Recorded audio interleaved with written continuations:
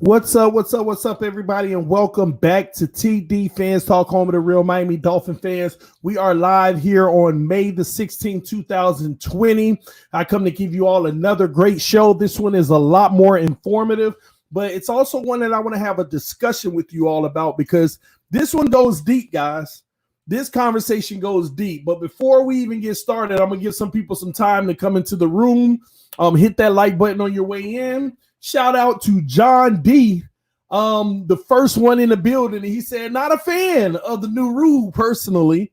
And this is going to be a great conversation because I got to talk about why I'm a fan of it and why I'm not. Because it can go two ways. This entire rule change that might be taking place doesn't mean it's going to take place yet, but they're going to be voting on it, the owners. We will talk about the details of it, what it means for the Miami Dolphins. Now, if they pass the rule, oh boy, the Miami Dolphins are going to have so many more riches, and we'll get into that, okay? They're going to have tons more riches, but we'll get into that because this honestly is going to come down to whether or not it's fair. Whether or not it's fair. That's what my conclusion is. That's what the discussion really needs to be based around, whether or not it's fair. So I'm going to give y'all about 1 minute to come in the room. We already got 80 people in. Make sure y'all hit that like button on your way in. Only 20 likes. Punch that like button, guys. Shout out to Dwayne Wood, the homie in the building. Make sure y'all check him out on Thursday nights and on appearances here on TDPHINSTALK. Shiggy, I see you, man. Brandon said, hey, Phins family, what's up to you, Brandon? DB2K, what's up, man? JD Diesel, already, bro. Goat Flores, hey, we got to give it time, but I don't mind being optimistic about Flores being the GOAT. That'll be a beautiful thing if that could even be mentioned in real talk one day. Oh, my gosh. Man, TD, this would be great for the Dolphins. LOL. Yeah, for the Dolphins, but we're going to talk about it. Afternoon. What's up, Rip? Shout out to your homie DM Phins. What's going on, man? I'm happy you're here. Cease007 as always. Meyer Justice, I see you. Fred Willard passed away. Another star. He left this world in 2020. I didn't even know that. Wow, man. But listen, man, this is one crazy year. I hope his family, they definitely make it through the tough times without him. But like I said, man, it's been a tough year. A lot of people have been lost. But at the end of the day, y'all know TD. We're going to celebrate lives, man. That's what we do around here, all right? Let me see. What's up, Aqua? I see you. Darik, what's going on, man? What's going on, Darik? Glad to see you, man. Maybe we'll link up in another preseason game this year. I don't know. I don't even know if I'm going to be at a preseason game. I don't trust this stuff. Still don't. Darik said not liking it, though. See? That's the conversation we got to have. That's the man. I'm so behind on the comment section, man. Oh, shout out to Rodney Atkins, man. The homie in the building said, "Happy Fin Saturday." I love it, bro. I love it. I love it. I love it. Thank you for the donation, by the way, helping this channel succeed and grow the way that we are. And I'm happy you're here with us, man. Flipside Fishing, I see you as well. What's up, man? Elder Bruce Jones in the house, man. My family rocking with me today. That's what I love, man. Jeanette Sanchez said, "Awesome, awesome, yes." Yes, what's up, everyone? Times 3 in with TD Talks. Money, big time. I see you, big time. That's what I'm talking about, man. Let me see. Joe Mama said somebody deleted the comment, but he said, because I don't think it needed to be deleted, he said, this is kind of racist. And I'm actually happy you said that. Whoever deleted it, I know why you deleted it, but I'm going to be honest with everybody watching this stream today. This is this conversation is going to be controversial. Now, TD, I want to give a few rules before we even get started because it's necessary when you're having these conversations. No matter what side of the spectrum you're on, whether you believe it's good, whether you believe it's bad, it's not TD's job to tell anyone that they're wrong on this topic. It's just my job to give the facts and my opinion. So I don't think anything was wrong with him actually putting in the comment section that it's kind of racist, because we're going to talk about it. I'm going to really talk to y'all today, and I want you to keep an open mind about everything because like I said when we started this stream, there's parts of this I love, but there's parts of it that I don't love. And it comes down to, is it really fair? That's what the conclusion is, okay? DB2K said, let's keep it professional. I see both sides, though. Exactly. If you're a child, if you're a little kid, a little troll, this ain't the conversation for you, because you're probably going to say something dumb in the comment section that promotes division. And TD Phins Talk is not about division whatsoever, unless it has something to do with Xavier Howard and Miami Dolphins having division with them and cutting weight. No, I'm just playing. Y'all know I troll y'all with that, even though you don't believe I troll you with it. But like I said, let me repeat that, though. If you're a child or one of those immature adults, or this ain't the conversation for you, because we don't spread division over here. We have real conversations, even if they're tough, even if we don't want to hear them at times. And that's what it's about, man. Adults having adult conversation, and kids that's joining in, listening to an adult conversation, and listening and watching adults conduct themselves the right way. So this is going to be more serious than just all the joking and playing, even though we're still going to joke and play, because that's what we do. All right. But without further ado, okay, let's dive in, ladies and gentlemen. Let's get it cracking. Let's talk about what the owners are about to vote on. I actually don't have a definitive day. If y'all know, let me know in the comment section when the date is that this vote is supposed to take place, because I don't know. But it doesn't stop us from talking about what they're going to be voting on, okay? So let's go ahead and start. First and foremost, guys, I want to throw a few facts out at you, okay? A lot of people have known for a long time that there has been many disparities in the National Football League in regards to race, from the coaching positions and the front office, okay? With that being said, the NFL introduced something called the Rooney Rule, all right, over 10 years ago. It's been quite some time now, if I'm not mistaken, like 17 years, but if I'm wrong, y'all correct me, okay? They introduced the Rooney Rule, and what that does, it kind of, I'm going to sum it up, okay? If you're going to hire a coach, you are required to at least interview one minority coach. You're required to. That way, it shows that you're trying to make things fair. But what they're finding is the Rooney Rule ain't working. The Rooney Rule ain't working. It's not working at all, because there's still a huge disparity between coaches in the NFL based off of race, nationality, based off of race. Yes. Okay. Now, do y'all know how many GMs were in the NFL that were African-American last year? Y'all let me know in the comment section. How many African-American GMs were in the NFL last year? If you don't know, go ahead and take a guess. Take a guess. How many African-American GMs were in the NFL last year? Y'all let me know in the comment section real quick. All right. Again, this is an informative information stream. Now the Dolphins could end up with riches on the back end of this, but we're going to have a discussion on whether it's fair or not. All right. All right. Somebody say 1, 1, 5, 2, 2. There was one general manager that was African American in the NFL last year. Do y'all know who that was? Now, it's a hard one now. It's a hard one. Do y'all know who that one GM was? One general manager in 2019. That was Chris Grier. Okay? Chris Grier was the only general manager in the entire NFL that was of a minority. Okay? Do you know how many minority African American coaches there were in the NFL last year? Head coaches. Do you know how many African American head coaches there were in the NFL last year? Let me know in the comment section. Let me know in the comment section, guys. Let's see if you can get it. All right. 4, 3, 2, 4, 3 or 4, 3 or 4, 2, 1, 3 to 5. There were 3 African-American coaches in the NFL, okay? Mike Tomlin, Anthony Lynn, and let's see who can guess the last one. It's a hard one. This is a hard one. Put it in the comment section. If you know the question of the day, who is the third African-American coach in the NFL? Who was that? All right. Brian Flores, like somebody said when we started the stream, the GOAT, okay? The GOAT, yes. Embrace that, y'all. Brian Flores is the GOAT. All right, so Think about it, guys. There are 32 teams and only one African-American GM in the entire NFL. There are 32 teams and only 3 African-American head coaches in the NFL. Okay. Now, some may see that as disparity, discrimination, racism, bias. So many different things people put a name on to basically characterize the disparity. And I'm not here to tell you that it's neither.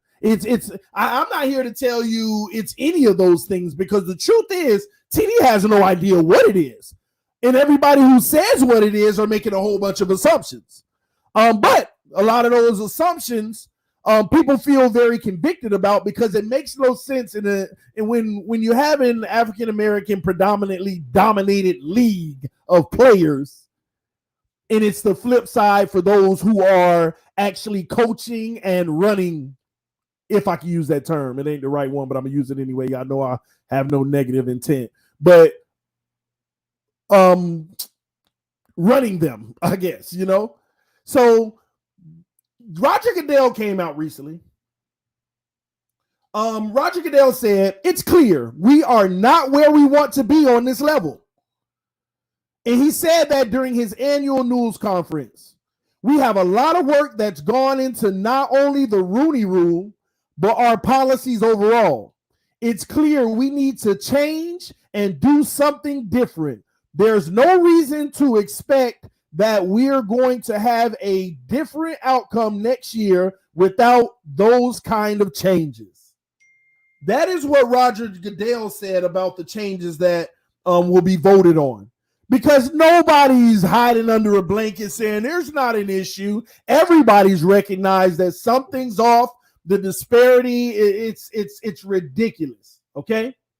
It's ridiculous. All right? So let's dive into what they're proposing. Now, y'all follow me on this, because this is loaded. And while I'm reading what they're proposing, just think about the Miami Dolphins, okay? Think about the Miami Dolphins. Now, I think a lot of people do understand that something needs to be done, because let me also say this. One of the main arguments also is the fact that a lot of the coaches and stuff are passing on teams to their kids and things like that. Those things are starting to show up. Legacies, okay? Regardless of them being the best person for the job, but the popularity of the legacy of a new coach's father who led a team to Super Bowls, and now the son is going to try to do the same. So those things are in play as well, that the NFL has acknowledged maybe these things aren't right, okay? Now, let's talk about this. Here are some of the things that they're proposing. NFL owners, and I'm going to read this report. I want to give credit where credit is due. I always want to give credit where I get information from when I know I got it from there. Palm Beach Post, Alan Eyestone made this article. I mean, there's several articles about it, but I liked his, okay? I liked his article on this. He said, NFL owners are scheduled to hold a virtual meeting Tuesday in which they will hear 2 proposals to encourage minority hirings. If accepted, clubs that comply would be rewarded by sliding up in the draft. Oh my gosh. When I first read it, I was like, whoo, what does this mean?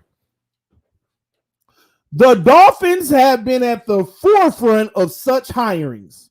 The only team in the NFL with a black head coach and a black general manager. But should owner Stephen Ross be expected to automatically vote for the changes? Ross founded an initiative promoting equality in sports known as RISE. But when the proposals are brought up for discussion, he would be within his rights to ask questions. Namely, if minority hirings are going to be rewarded in the draft, don't the Dolphins deserve to benefit? Great question. I think other questions should be asked as well, but we were worrying about the Dolphins. If owners balk because they see it as a retroactive reward, would they not in effect be punishing the Dolphins for being ahead of everyone else? Let's be clear. This is no way this in no way is to suggest that Ross didn't hire both men on merit, because we know he didn't hire them for any reason other than he does believe in Grier and Flores. We know that. When he prompted Grier to general manager, and when he hired Brian Flores from the New England Patriots staff, it was because he thought each would make the Dolphins better, which is true. All right. Now, the article is pointing out that only 3 of the past 20 vacancies were filled by a person of color, and that's Hispanic, African American. That's what they meant by color. All right. It was obvious change was on the horizon during Super Bowl week in Miami. In Super Bowl week in Miami, that's when Roger Goodell, so 3 months ago, Roger Goodell said those words that I already read to you, that it's not working and we have to make change, okay? Now, one plan is this. Here's the plans, guys. They would eliminate the anti-tampering rule that allow clubs to block assistant coaches from interviewing for coordinator jobs elsewhere. So at a certain part of the year, you're not allowed to talk to other coaches until they're freed from the team and allow. You know how the Patriots have given Brian Flores permission to speak to the Dolphins? They have to give permission for those things to happen. But what happens in a lot of cases is you got some minority coaches that are in the playoffs, and teams want to hurry up and hire a coach, and they may rush to hire a coach when you got somebody in the playoffs that would have been a great fit for that job, but they can't talk to him because their season's still going and the team hasn't given them permission yet. So the new proposal in plan 1 would eliminate the tampering rule, which means you can talk to any coach anytime and interview them about a potential job at your organization, even if the season is going and they're playing and everything. We're going to eliminate that. Okay. And this is assistant coaches, by the way. All right. And then those jobs are the traditional stepping stones toward head coaching jobs. So that's only for assistant coaches, because those positions as assistant coaches, their next step is a head coach. So they want to eliminate that tampering rule for assistant coaches. Okay. Now, let's keep going. The second thing, all right, where it gets real deep. Teams that hire minorities would be awarded in the draft preceding the coach's second season. Okay. Trotter, citing sources who spoke anonymously, wrote that teams would be elevated 6 spots in the 3rd round if they hire a minority candidate to run the football operations, GM. They would jump 10 spots. Now, let me break that down, okay? So, what will happen is you hire Brian Flores in his second year, which is like right now. He would have been awarded his 3rd round pick. So, say we pick at hypothetically, number 80 in the 3rd round. We would be picking number 74 just because we hired a minority. Okay? Just because we hired a minority. We would be picking in the 2nd round. I mean, well, we'll be picking at 74. So they'll give a benefit. Now, if you hire a general manager, you'll move up 10 spots. So if you draft at 80, you'll be drafted at number 70. Okay? Now, if you hire a general manager and a head coach, you move up 16 spots. You'll be drafting literally at 64. 64. From 80 to 64. Okay? That is crazy. But you will be moving from 80 to 64. All right? So basically they will put it together if you did both. All right? Now, Grier has been in the NFL for 25 years, all with the Dolphins, and was named general manager in January of 2016. Flores had been the Patriots' de facto defensive coordinator when he was hired the day after the 2019 Super Bowl. Now, That's all we need to know for now. I'm gonna stop right there. There's a lot more on there, but let's talk about this, okay? Let's talk about this for a second. Now, in the comment section, do you like the rule or not? Yes or no? Let me know in the comment section. Only mature adults allowed, by the way. Do you like it? Yes or no?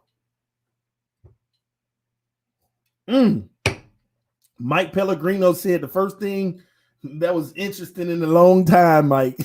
No, I'm just kidding, bro. But he says, does minorities even want this handout? Whoo! Good point. All right. We got some yeses. We got no's. We got hell no, dude. Don't know yet. Yay. Love it. No, because of the jumping of picks. Give Miami those picks. It's racist and insulting. 40 acres in the mule. Oh, Lord. Okay, so let's break it down. I want to talk about this, okay? All right, so TD want to break this down, all right? My true belief on this. First and foremost, there does need to be something done about making sure that there is equality in the NFL on every single level, including ownership. When a team does become available and up for sale, it's in the league's best interest to allow a minority owner, I don't care, Hispanic, African-American, Asian, whatever, a minority person to buy the team as an opportunity, okay? There has to be some equality on every level of everything in this world, in my opinion, okay? Now, in this situation in the National Football League, there isn't. The disparity is off the charts, y'all. The disparity is off the charts. Now, in regards to these rule changes, so first and foremost, TD recognizes there is a disparity in the ratio of coaches and general managers in this league. It is off the charts disparity. But I don't know if this rule is the right way to address that at all. I don't know if the rule is the right way to address that at all. And here's why. I could see if it was a social issue or something along those lines, but this is a competitive sport. It's a competitive sport. That requires fairness across the board for the integrity of the sport. For the integrity. And when Mike said, does minorities even want this handout? I'm curious. Is it fair that if we're running a 100-yard race for me to start at the 50? Just because I'm a minority? See, we're not talking about in the world and the injustices and those type of things. We're talking about a game, sports. We're just talking about sports, a competitive sport. Me personally, I wouldn't want it. But I also recognize that in a system that's set up the way that it is in the game, there is a disparity and there is some unfairness for minorities' opportunities to grow in an organization. Now, let me play devil's advocate on what I just said. If the owners do vote for this and they approve it, we go with it because you have no choice. But I think that it should be a temporary thing to try to bring the numbers to where they should be. And once they are there, eliminate it. The rule also goes on even further to say if the coaches or GM is still in their position for about 3 years, then there's even more incentive from a draft standpoint. There's even more incentive from a draft standpoint. I think a lot of people can agree that there's some unfairness going on and some bias or whatever word or term you want to use for it. But sometimes, whether there's injustice or not, the way that you go about addressing it does matter. It does matter. It does matter. So TD wants something to be done. But how it's done does matter. And when we're playing, let me tell you something that I don't want. I don't want to be winning Super Bowls and everybody say, yeah, because you get it, you get an extra second round pick every year or whatever it may be. I don't want to hear none of that crap. I don't want to hear none of that crap because Flores and Greer is about to go earn that Super Bowl without this anyway. Without it anyway. Period. Now, some people say, well, maybe they aren't trying to have the disparity and they're just picking the best person. That's still an issue. Because there's been countless amount of times where biasness has been proven and selections from family members have been proven. And when you have a product, you have to safeguard the integrity of that product. And how do you do that? You have to make sure that everything is fair across the board. You have to make sure that it's all fair across the board. So the reason why I'm not the biggest fan for this, and I do recognize that something needs to be done, but the reason why I'm not the biggest fan for this, because to me, it's a big contradiction. You want to stop unfairness by being unfair.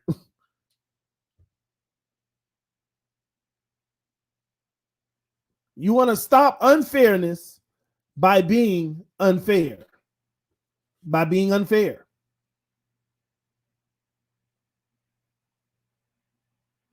And again, it could be a touchy subject for some people, but I'm not going there. I'm just calling it how I feel, how I see it. Shout out to Rodney Atkins said, this rule may be unfair. However, when has this country ever been fair to minorities? Hey, Rodney, even though that's a different conversation, I don't mind speaking briefly on it. In some ways, you're 1,000% correct. But again, how can you fight unfairness with unfairness? And all it's doing is continuing to promote unfairness. That's all it's doing. And what it may actually do is it may start more creative ways to be even more unfair. To be even more unfair.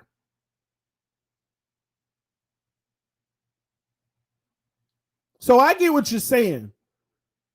But remember, when I first started this, I said, this is a game and it's football.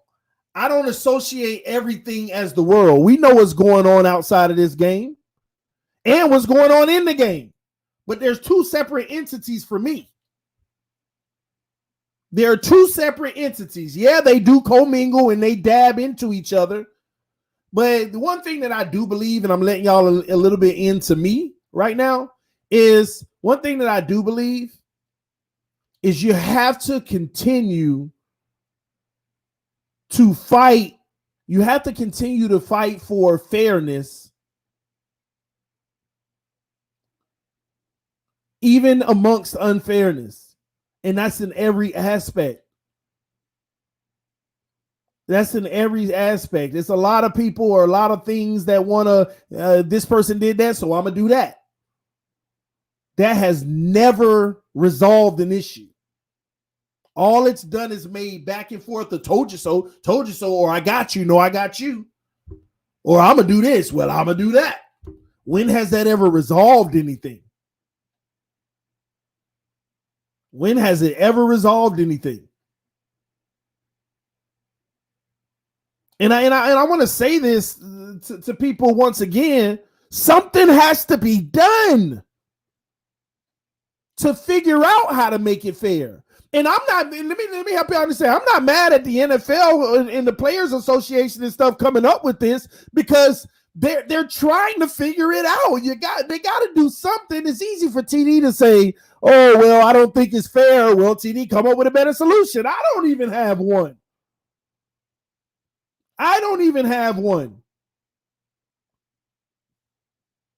But incentivizing, see, and maybe here's a solution where you can keep it away from the game. Maybe incentivize the owner. Your salary cap stays the same. We got to have everything even. But you know what? You get that extra 2% of share revenue. I don't know.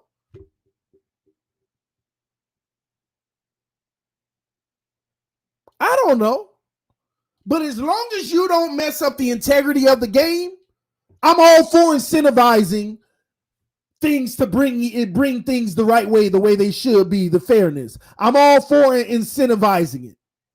I'm all for it, but it cannot mess with the integrity or the rules of the game. We don't want an advantage because of the color of our skin. Because the same people that may want an advantage because of the color of their skin complain about others having an advantage because of the color of their skin.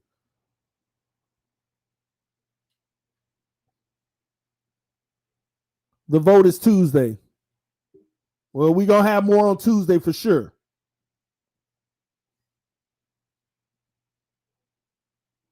So at the end of the day, listen, that's how I feel about this. That's how I feel about this rule. I actually wouldn't cast a yay vote. I wouldn't, because it just changes the rules of the game. It gives an advantage. It gives an advantage. It gives an advantage. And if that's what we're asking for, we need an advantage. We need an advantage. Give us an advantage, then okay, I understand your stance on wanting this. Shout out to Dolphin 82 with the super sticker.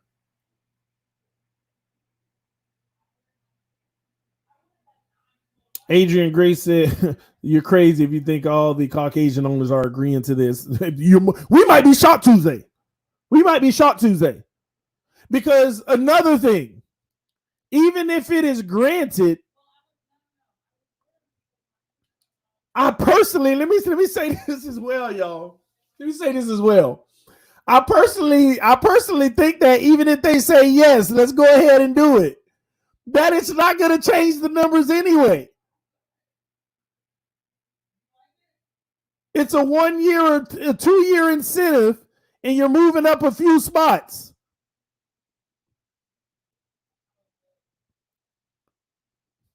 You think that anybody's going to say, hey, we got two good candidates, but let's hire this guy because we can also get those benefits in a year? like think about that. You think anybody is sitting there saying, well, we're going to hire a minority because that way we can change our 80th pick to 74?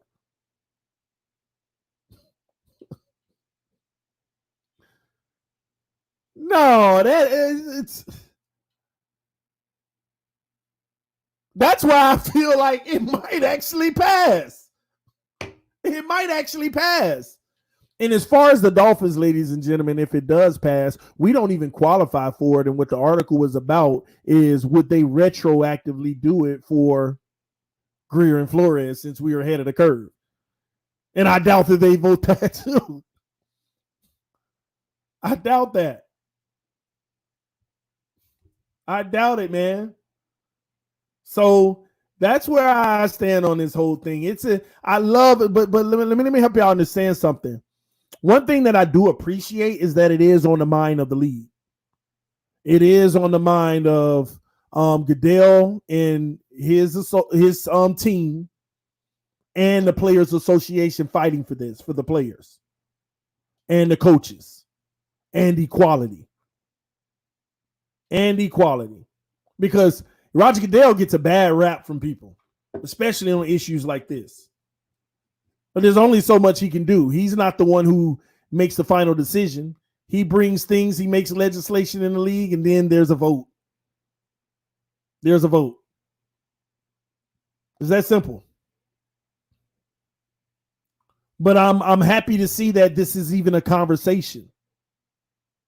Because nobody wants to bust their behind in any career. You could be working a 9 to 5, going to the office from 8 to 5, just busting your behind, giving the company every single thing that you have, just to be passed over by somebody who doesn't work half as hard because they're the cousin of the manager, or especially because of their ethnicity.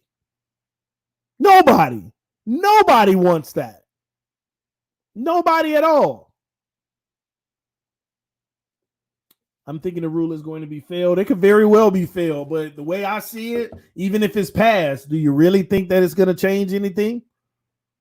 Do you think that somebody's going to hire a coach just for that incentive? You know what? That's actually the sad part about it.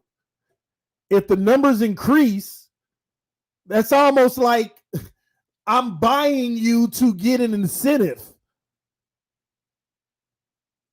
I'm hiring you like that's a slap. That's actually a slap in the face to me. I'm hiring you now just so that I can benefit. When you really think about it, I'm thinking about it now. That's kind of what it feels like. Actually, now I'm offended. I'm offended now. I'm hiring you so I can get this benefit. Like if we're 10%, if we're 5% of the league every year, and all of a sudden we're 25% of the league. Oh my gosh, that's kind of insulting. That's actually insulting. That's insulting, man.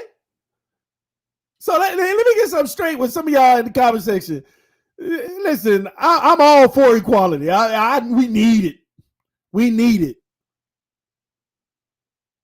That way we can all just move on and get along and love each other like we should anyway. We need it. But gosh, man, please don't be one of those individuals that get mad at me because I'm not 100% for it when I think it actually isn't good for minorities. I'm hiring you to get this benefit, and after 3 years, I might fire you anyway.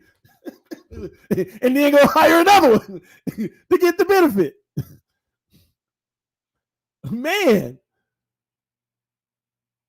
Man, that would be a slap in the face if the numbers did go up. They're going to say, oh, this proved that was an issue. Yeah, but did it change anything? Now the person was a token. I don't want to be a token.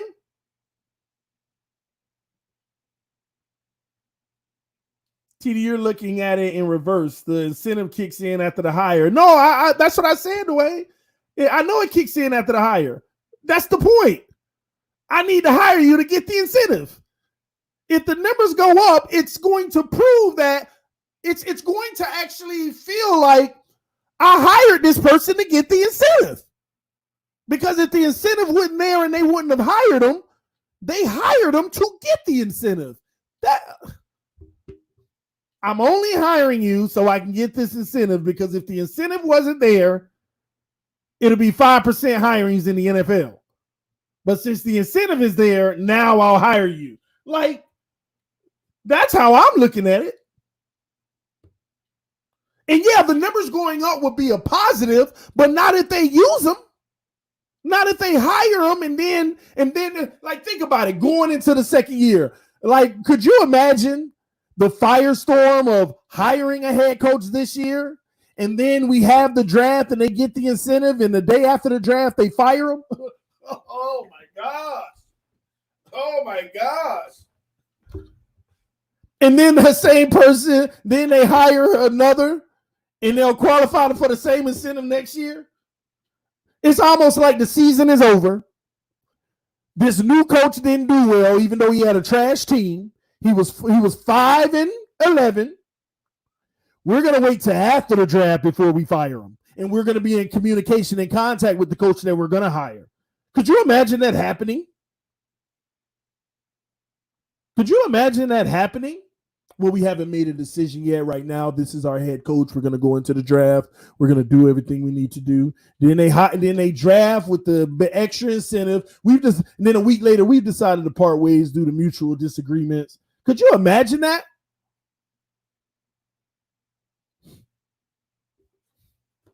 That's 10 times worse, man. But I'm all for the hirings going up. But can we get them up without the incentive? That's real equality. That's real equality. Move that number up without the incentive. Without the incentive.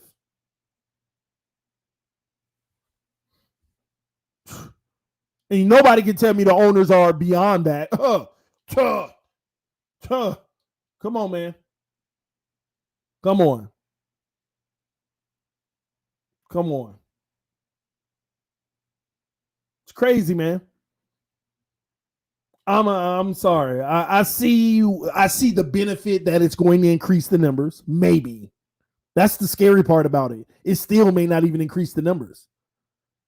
Like if the general managers, if the owners are what some people assume them to be, then it ain't going to increase the numbers anyway. And if it does increase the numbers, it still can prove that they are who some people think they are. They just went for the incentive. They just went for the incentive.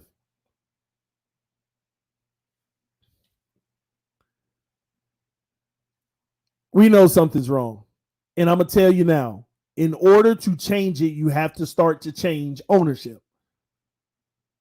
That's what the push should be for. Minority ownership. Minority ownership.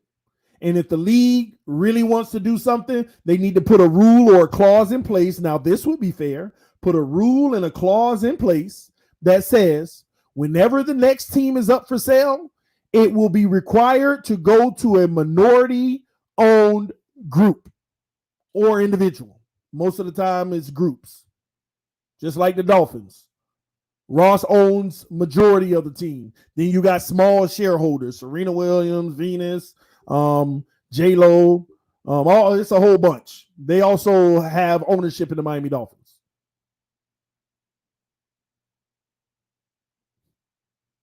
That's how you change. You don't mess with the game. You don't mess with the game and its rules. You got to change it from the top for the individuals that's making those decisions. So put a clause in place saying next time, and trust me, there will be minority groups all over piling money together. Let's go do it. You know how many people would love to?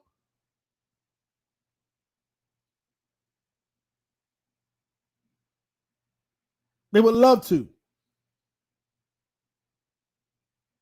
They would love to. They've tried to several times. That's how you start to change things and get some type of influence. So at the end of the day, that's my take on this new rule or guideline proposal. And for some people, it may not be the popular one, but I'm just making sense of it in my brain. Don't make me right, y'all. And that's what I need y'all to understand about TD. I'm not claiming to be right on this. Somebody can give me a whole different outlook, be like, wow, never thought of it that way. I'm an even person, man. I ain't trying to get into the controversy. I'm not trying to. Because it doesn't move us forward. It doesn't move us forward as humans, human beings, period. It doesn't. It doesn't. So that's where I stand, guys. All right. Let's see what some of y'all got to say. Somebody said, let's talk football now. This is football. This impacts the game. See, that's what people don't understand. There are going to be people in the comment section. I come here for Dolphin talk, not this political, this and that. This ain't political. This is football. This is the game. These are the rules. This is how it works. Because if we get awarded a better pick, we'll be raving about that second round pick we moved up to get next year. It's all a part of it. This is football. All right. You telling me out of 70% of minority players that there isn't a qualified coaching or GM candidate? Absolutely. I don't know if you're talking to me. You might be talking to somebody else. Jennifer Lopez, Mark Anthony is part owner. Yes, it's quite a few part owners actually when you look it up. Well, the rule or owners who know football. Yeah, but listen, whether y'all want to agree with me or not, more than 50% of the owners don't know football outside of knowing football from owning it. They just don't. They don't understand what a gap assignment is. I would guess that Stephen Ross doesn't. I would. So, but let me help you understand something. Your owner doesn't need to know. Your owner doesn't need to know football. Everybody thinks that they do. It would be nice. It's a plus. But the owner doesn't need to know football. The owner needs to demand results. And your general manager needs to know football. And the owner, the only thing they care about, did you deliver results? Okay, if you didn't, let me find somebody who will. And they have consultants to tell them if this person knows football or not. People think people of power have to know everything. Like literally. Somebody with intelligence can take over Twitter today and make it even more profitable than the owner now. It's a matter of leadership and making sure that you have the right system and process in place to run an organization effectively. You don't need to know. Let me give y'all an even better example. You don't need to know you don't need to know about let me give y'all a good example. Bingo. You don't have to know much to be a president of the United States. And this ain't got nothing to do with the one we have now. That ain't what I'm talking about. You don't. There are almost 200 different departments. The person you put in place for that department, Department of Treasury, Department of Defense, Department of Housing, Department of this, Department of that, they need to know.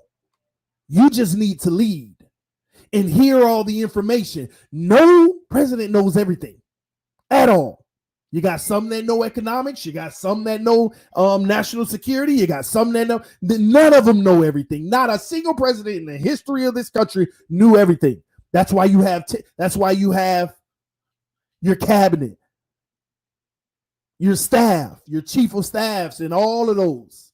You don't need to know anything but being a leader. That's all you got to be. Let information cipher in your ear and make a decision. You don't need to know all the ins and outs and nuances. Same thing with owners of a corporation. Why you think Warren Buffett, he'll go buy this company today, go buy that company today. Look at Ray Kroc. Ray Kroc created McDonald's, don't even know how to flip a burger. Ray Kroc created McDonald's and don't even know how to flip a burger. Because like I told y'all this a year ago, he wasn't in the business of burgers and fries. And McDonald's ain't in the business of burgers and fries today. They're in the business of real estate. They buy a corner lot, they put a McDonald's on it, and that McDonald's profits pay for that lot. And now when it's done paying for that lot, they own the lot and they're making money from it every single month. And that lot is the most expensive lot in this country because it's always on a corner. The most expensive lot on any street is the corner because it can be seen from different directions. McDonald's Corporation is in the business of real estate, not burgers and fries. So when we say, oh, owners that know football, you don't have to know football. You have to know how to put somebody in place that does. See, when you get to the very, very top, you ain't got to have all this. You ain't got to know this and know that and know this and know that. You just got to be able to find a person that does. It's that simple. So that's why when people dog Stephen Ross, we'll never have it until we get a good owner that know football. Like, what that got to do with anything? At least he willing to spend the money. Even if he knew football, what different? No. No. It's not how it works.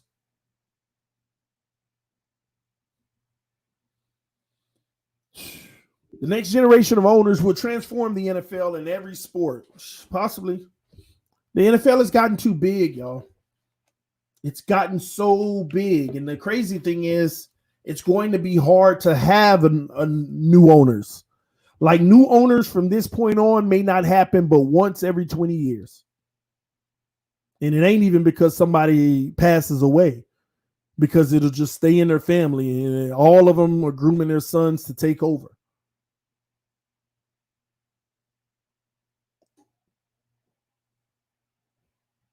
It's crazy, man. The owners don't need to know football, but they need to establish real hiring standards. Yep. Spot on, have it. They do. They do. They got to establish real hiring standards. The NFL has gotten huge, y'all. $1 billion industry. Massive. It's huge. It's huge, man. Real estate and drinks. After a very small amount of soft drink sales, it's 100% profit moving forward. What they really want to sell you is a Coke, not the burger. Shiggy, I'm telling you, man, look it up. The Coke ain't nothing either. The burger ain't nothing to them. The only reason the McDonald's is on that piece of land is to pay for the land. Wealthy individuals, they operate out of OPM. The only thing they use is OPM, other people's money. Take any wealthy person, look in their bank account. I bet you they ain't got more than $1 million in it. Take any billionaire, they probably ain't got more than a intelligent billionaire. Don't have more than $1 million in their account. They're billionaires, and where do they have it? Oh, when you're driving on the road, you see them 3,000 acres. Yeah, they bought that for $2 million a year ago. 20 years from now, they're gonna sell it for $50 million. They ain't in a rush. It's money, and it's appreciating over time. They don't care nothing about them Cokes and burgers. Them Cokes and burgers is only paying for the land. They know that if they sell that same corner lot 10 years later and just move across the street because they're going out of business, they're going to make 20 times the money. That you can read his book. He wrote a book about it. Ray Kroc, go read it. He wrote a book about it.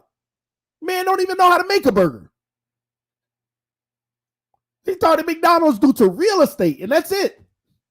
That's always been their goal. They own the most real estate in the world, the most corner lots in the world, and it's the most expensive piece of land in the world, the corner lots. It was a smart business plan. Everybody think, oh, McDonald's are everywhere. They got to be making a lot of money off these burgers and stuff. Why do you think they sell you dollar cheeseburgers and stuff? Hey, man, I don't care nothing about making money from the McDonald's. They make enough to pay the staff and maybe get a 6% return on it every year. That's it. That is it.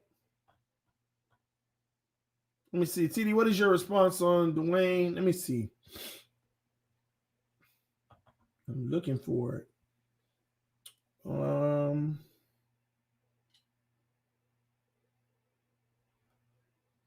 Eric Bieniemy is offensive coordinator for KC and didn't even get an interview this past offseason. Yeah, that's tough.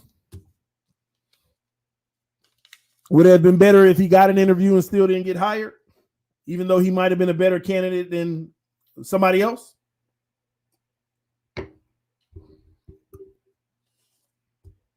So you watched the movie The Founders, the McDonald's story. I did. No, don't do that. I'll come in a little bit. Hold on. Man, not paying rent is the greatest asset for any business. Exactly. I mean, it is. It really is. It really is, man. It's the biggest asset. Just imagine everybody who's a homeowner that pays a mortgage. Imagine no mortgage. Imagine no mortgage. I remember somebody asked me one time, if you got $300,000 right now, what would you do? We were in a room and a lot of people like, I'll buy a car, I'll do this, I'll do that, I'll do this, I'll do that. The guy was basically saying, why not put it into something that's going to make you money? Why not buy a $300,000 house in a nice area and rent it out? And then the money that you get from the rent out can pay for your house, your car, and give you money left over, and you never have to work, ever. And it kind of taught me the mentality of having money. When you get a large amount of money, everybody's like, what am I going to do with it? Spend it. No, put it into something that's going to make you some more or make life easier for you. It's crazy, man. How much would empty stadiums cost? No ticket revenue.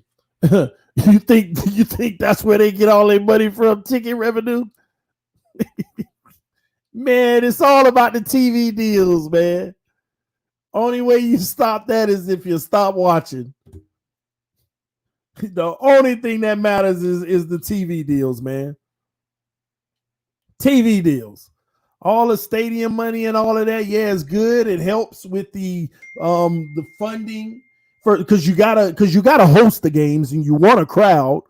What all that stuff is doing, it's paying for the employees in the in the stadium. It's paying the light bill, it's paying the grounds, it's paying licensing, it's paying all that stuff. the money comes from TV. That's your chunk.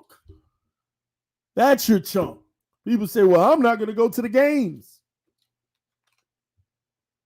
It don't matter unless the TV ratings go down. And the crazy thing is, over the last few years, even with controversy in the NFL, ratings went up. When a whole bunch of people say, I ain't watching, the ratings went up. Ratings actually went up. It was crazy. That's why they've gotten too big. They've gotten too big where it's hard to affect their bottom line. It's hard to affect their bottom line. It's very hard to. Very hard to. You really want to know the only way you do it?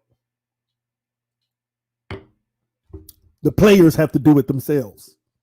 Only way, in my opinion. Only way. Only way. To get the things they want, they all would have to. But when you got 50% of the league on a rookie contract and most of them not guaranteed and they're getting money that they've never seen in their life, why you think they always lose the collective bargaining agreement? Because every time they vote, they come up short. Because there's too many players that need that check. You know how many players making $700,000 a year? And after taxes, that's about 4.5. 450,000. Do you think these young kids in their first 4 years of the league want to pass up those big old $60,000 checks at a time? One game they make what hardworking Americans are making in an entire 365 days. You think they finna vote against that? Just to bring fairness?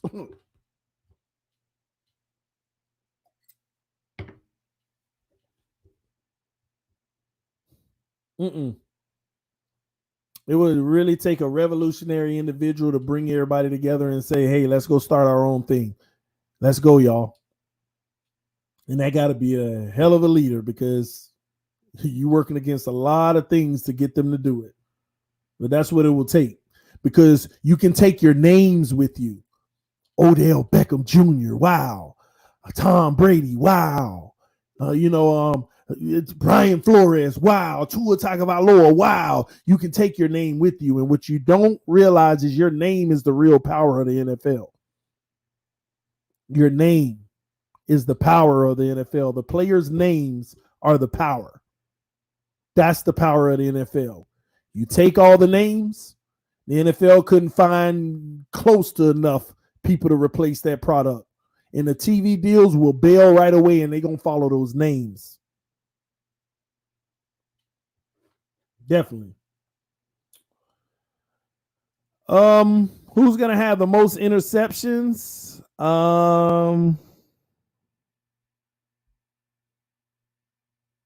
Who's going to have the most interceptions? That is a tough question. I'm going to go out on a limb. If everybody's playing great football, I'm going to say Xavier Howard will have the most interceptions.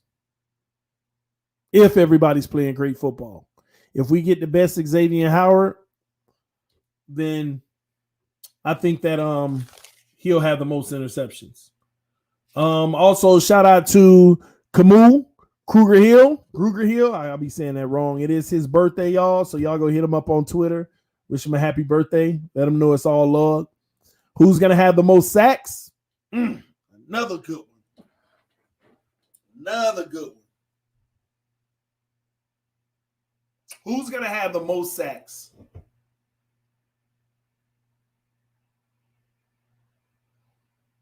Wow, it's like so many good players. It's like, you see, it's hard. It's hard. Especially Little oh, Lord. It's hard, man. I'm going to have to go with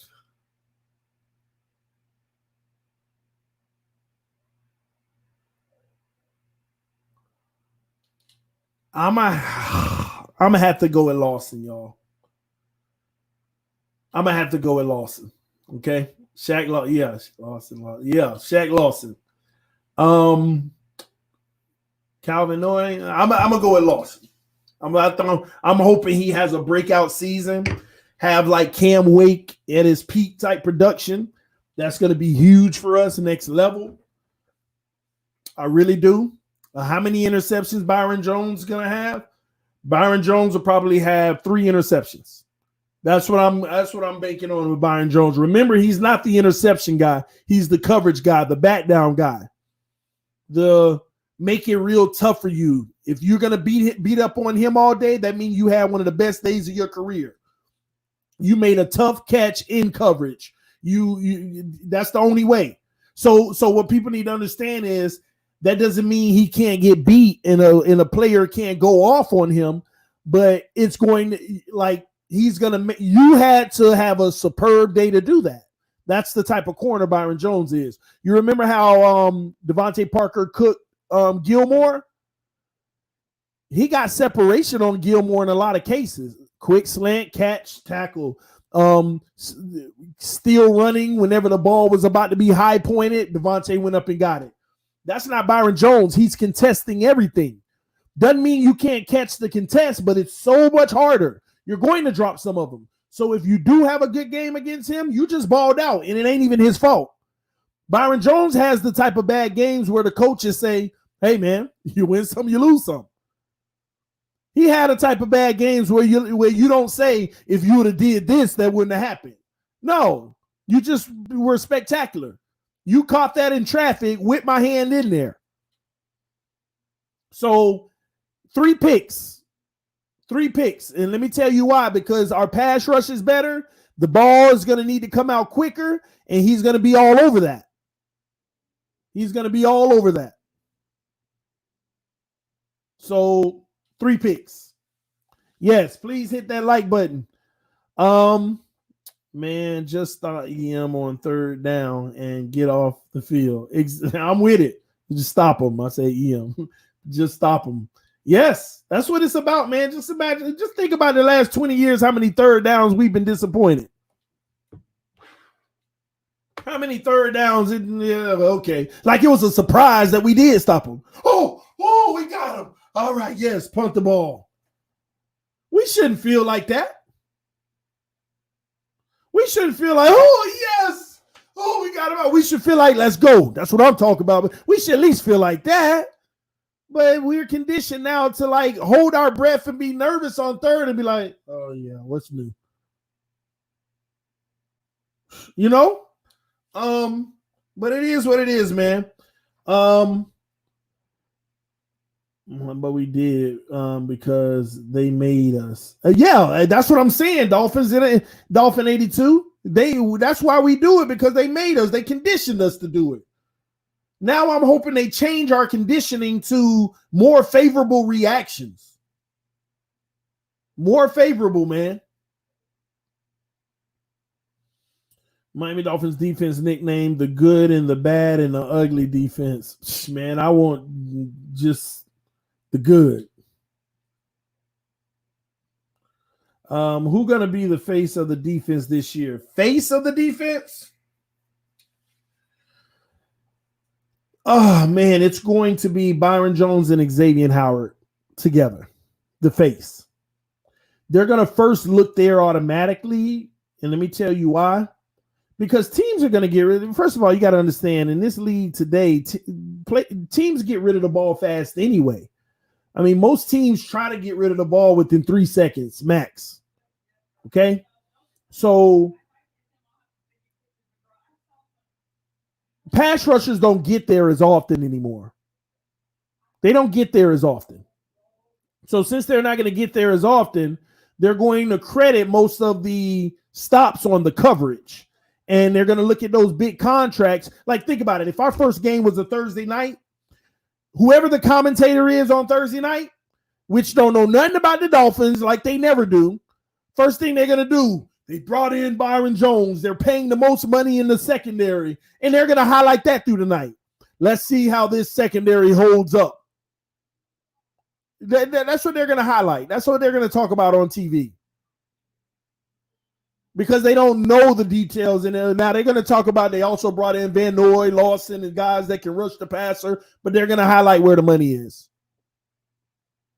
So they're going to be the face of the defense. And watch, they're going to say, in this defense being led by two of the top corners in the league, where they spent most of their money making a blockbuster deal this summer to bring Byron Jones in. They also added, see, the other guys are that's what they're gonna say. They also added key pieces like Super Bowl winning Kyle Van Noy. Shaq Lawson is also here. And that's what they're gonna do. They're gonna by default be the face of the defense. Now, honestly, it's in our best interest for them to live up to that. It's in our best interest for us to live up to that. The national media only picks up the Dolphins around halfway through the season. And watch Thursday night versus the Jags. It's the only time you're going to see it other than week 15 when they still have the to be determined game. They're probably going to move us to prime time. It'll be our second prime time game because we'll be on our way to the playoffs. That's when they adjust games just in case somebody's a playoff implication game. I hope we're on national TV twice. That means that we're headed to the playoffs because that week 15, they'll put us on TV. I hope so.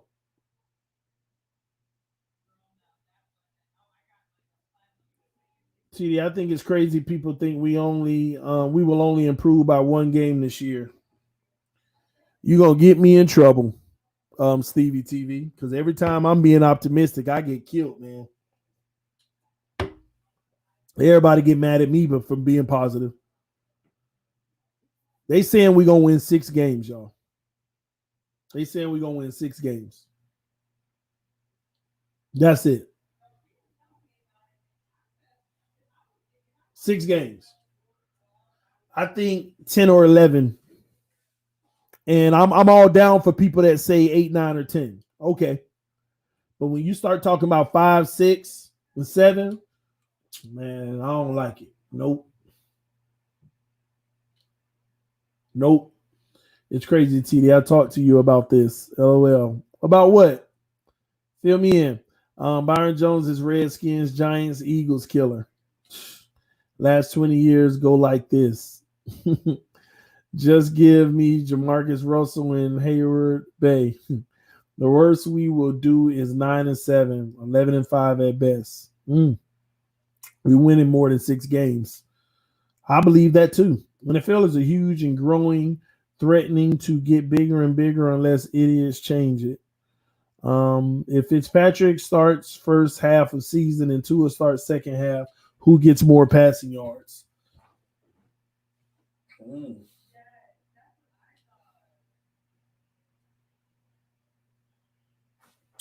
Tua, because he gives us the best chance to win. If he's starting the second half, that means he's replacing Fitz for a reason. And he's being put in to give us a spark. I want Tua to sit, but I also want to see him this year, man. I just want to be – I want that – like, if we winning, we winning. But I just want to win. Who's going to make it have us winning? I just want that. I want that. And Dwayne is right. He said Tua because the O-line will be gelling at that point pretty much.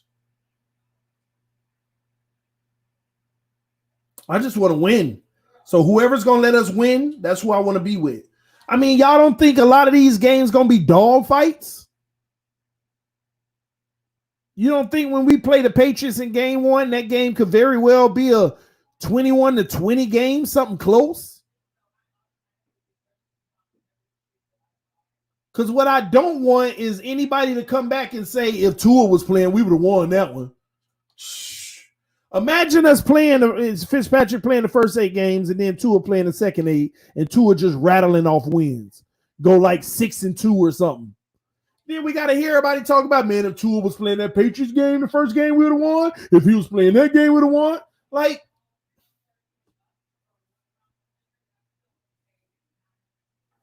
Rodney Atkins said, shout out for the donation, said, I can't wait until the Dolphins making the playoffs is normal thing. Yes, like Patriots have been every year.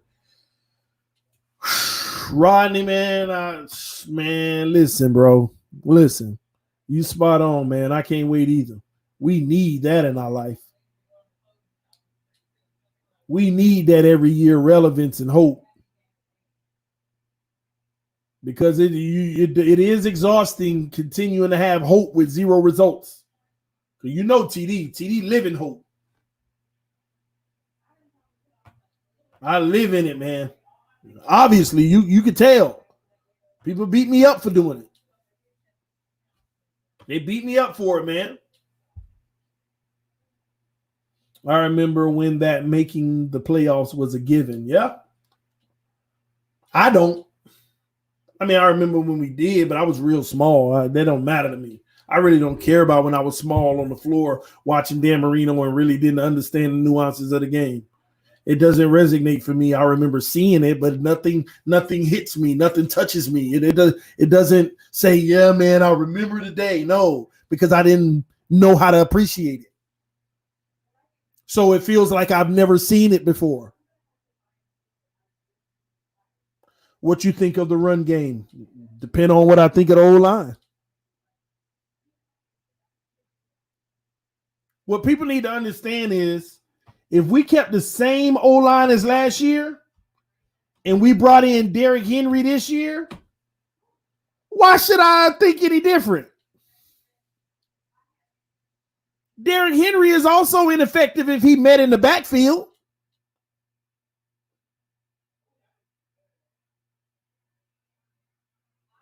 I don't even be caring about running backs if the O-line ain't right. It's like a mute subject if the O-line ain't right.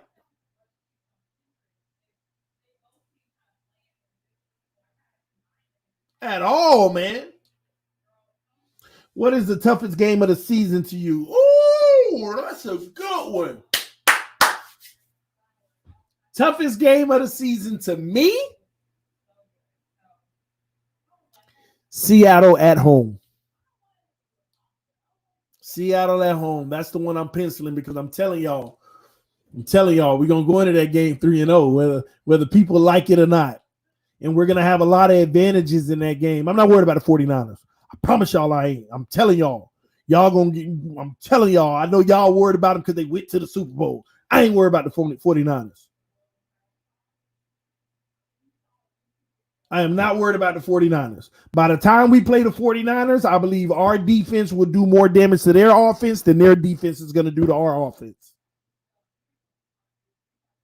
Because they're going to have a great defense. But our defense, what we're going to do to them, their offense, I ain't worried about them. I'm just not. Seattle, that game. And there's some tougher games than that, but that's the one. That's the one. How's somebody going to tell me I'm wrong on somebody asking me what is the toughest game you think we have this season? It's an opinion, man. It's an opinion. Dolphin Nation. Oh, wrong. The toughest team we face is our second opponent in the playoffs. Seattle Seahawks at home. What's wrong with you? It's just an opinion, man. The way that the schedule's set up and the things are, everybody has us losing to Seattle, but being at home with a lot of preparation. Do you know how huge it's going to be to start 4-0 if this all comes to fruition? If we beat the Patriots on the road, beat Buffalo at home, and we're going to take care of Jacksonville, which is very possible. We've done these things before. We've had several seasons starting out 3-0 and 4-0, and then it all fall apart. I did get it ripped, Tupac. I realized what he was saying after the fact. I just still wanted to say that. That's the toughest game to me. But what he was saying, I guess, was the second game in the playoffs is going to be the toughest. Then why not the Super Bowl? That's going to be the toughest if that's the case. That would have helped me get it, Rip. You would have been like, no, the toughest is going to be the Super Bowl. That would have helped me get it. But yeah, man, I want that. I want that Seahawks game because I'm telling y'all, I think we can literally start 3-0. Yeah, Adam Gase's last season was 3-0. And then the Patriots came to us and murdered us because Jakeem Grant and Albert Wilson act like they couldn't get off the line of scrimmage.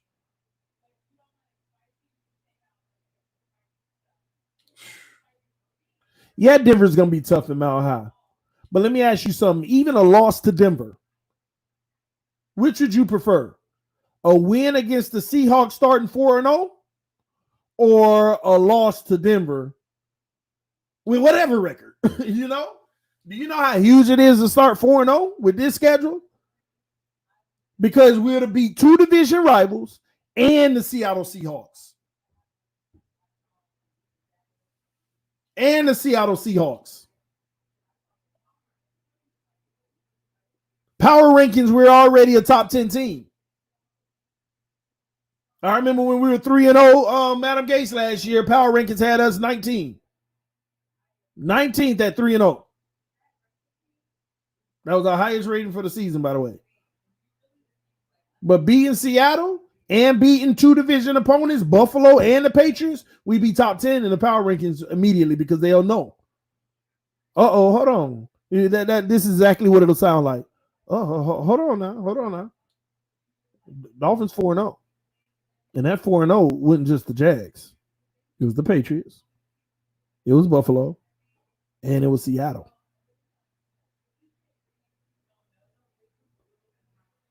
And Seattle. They might be serious. Let's pay a little bit closer attention now, ladies and gentlemen. Pay a little bit close attention. Y'all think $100 for a signed Tua Dolphins helmet is worth it? Haha, listen. The truth is, I don't pay for nothing signed. I mean, you're betting. It would be an investment. It would be an investment. You know how many first rounders done sign autographs, and now people don't even care if if they use it as toilet paper? It would be an investment that you hope that you can get a return on. That you hope you can get a return on. Yeah, they got a good D, but nothing really special on offense. Listen, there's a lot of flawed teams out here, man. TD, when you have a chance, can you please read my comment from before about the article I read, because I want your opinion. Anthony, if I can find your comment from before, if it's too far up, I can't. TD, can you please read my comment from before? Yeah, that's all I'm getting from you is to read your comment from before, and the chat done went probably so far. So you might, you know what probably would be better, Anthony? Keep copying your comment and put it in the comment section just as much as you do. Can I read your comment from before? That might actually be more effective. So just keep on posting your same comment. That might actually be a lot more effective, because it's hard for me to go all the way back to look for it. Remember when teams thought minorities could not play QB? Now look at the QB position. Coaching and GM positions are currently in the same position. And hopefully it changes over time.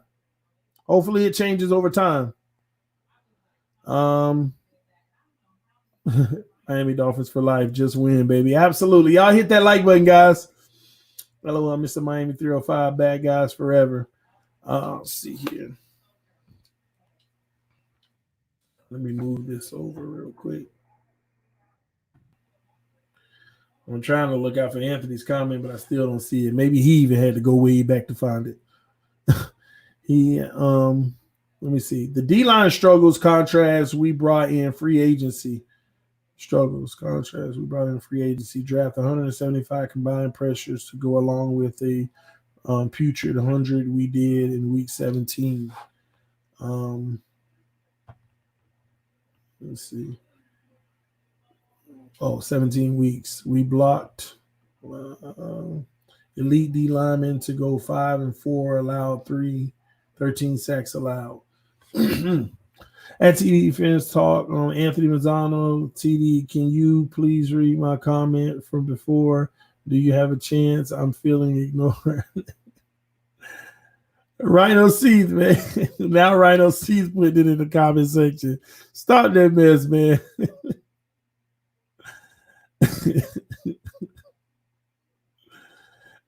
At TD, Anthony reposted this comment. Man, what are y'all talking about, man? Talk error. Sorry, dude. Y'all too funny, man. Okay, TD, I recently read an article talking about what group dominate the major sports in America. What groups dominate the major sports in America by players in football and basketball, or 60 to 90% black, and baseball is 60 to 95% Hispanic. Oh, okay. You want my thoughts on that? My thoughts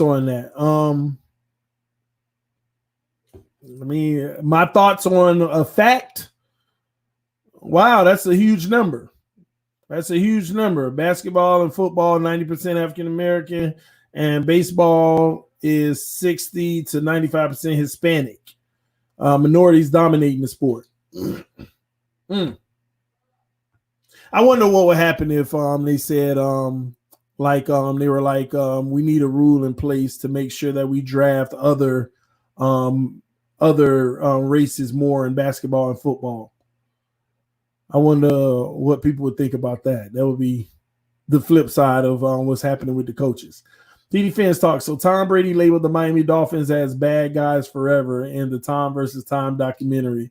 So I say when man, this thing moving so fast, it moved now. Hold on. Let me go back. So I say when we face the Patriots, let's own that status. Bad guys forever. But why are you saying the Patriots? Tom said it. The Patriots didn't say it. We don't like them anyway. But Tom in Tampa Bay, he didn't say it. So hey, man. But I'm with it.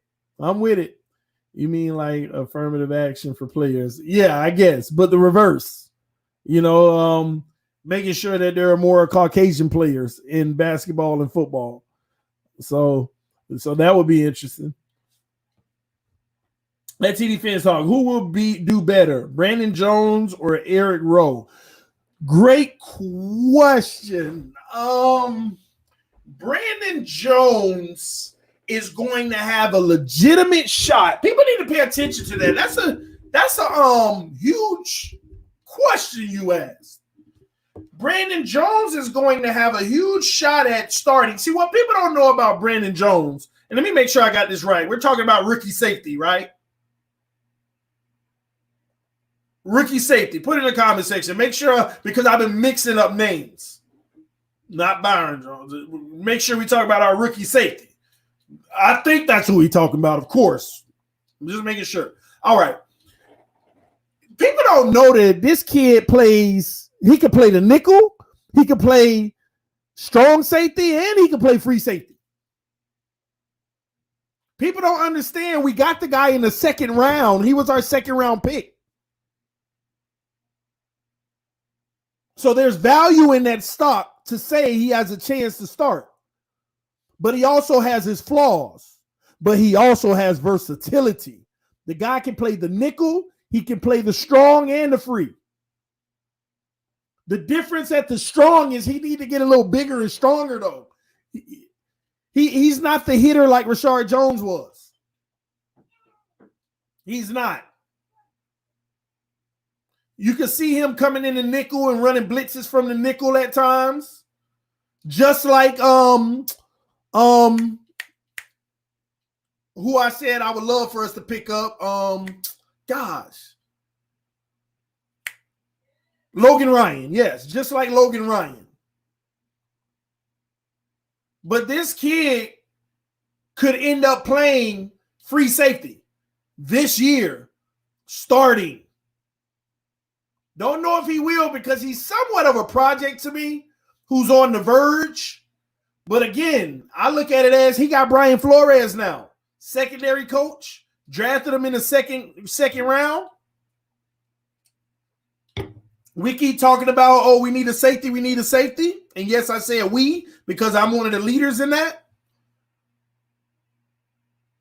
But when the season starts, you might very well see Jones lined up next to Rowe.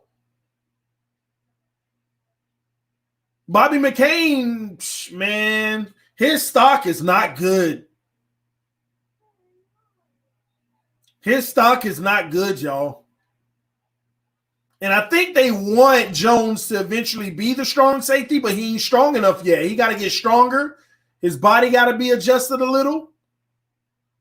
And he's not that tackling guy in the box that get down there and get gritty. He's not. But I'm telling y'all, don't be surprised if that's your starting free safety. Do not be surprised. See, who will do better, Devontae Parker or Preston Williams? And they both 100% healthy. Preston Williams.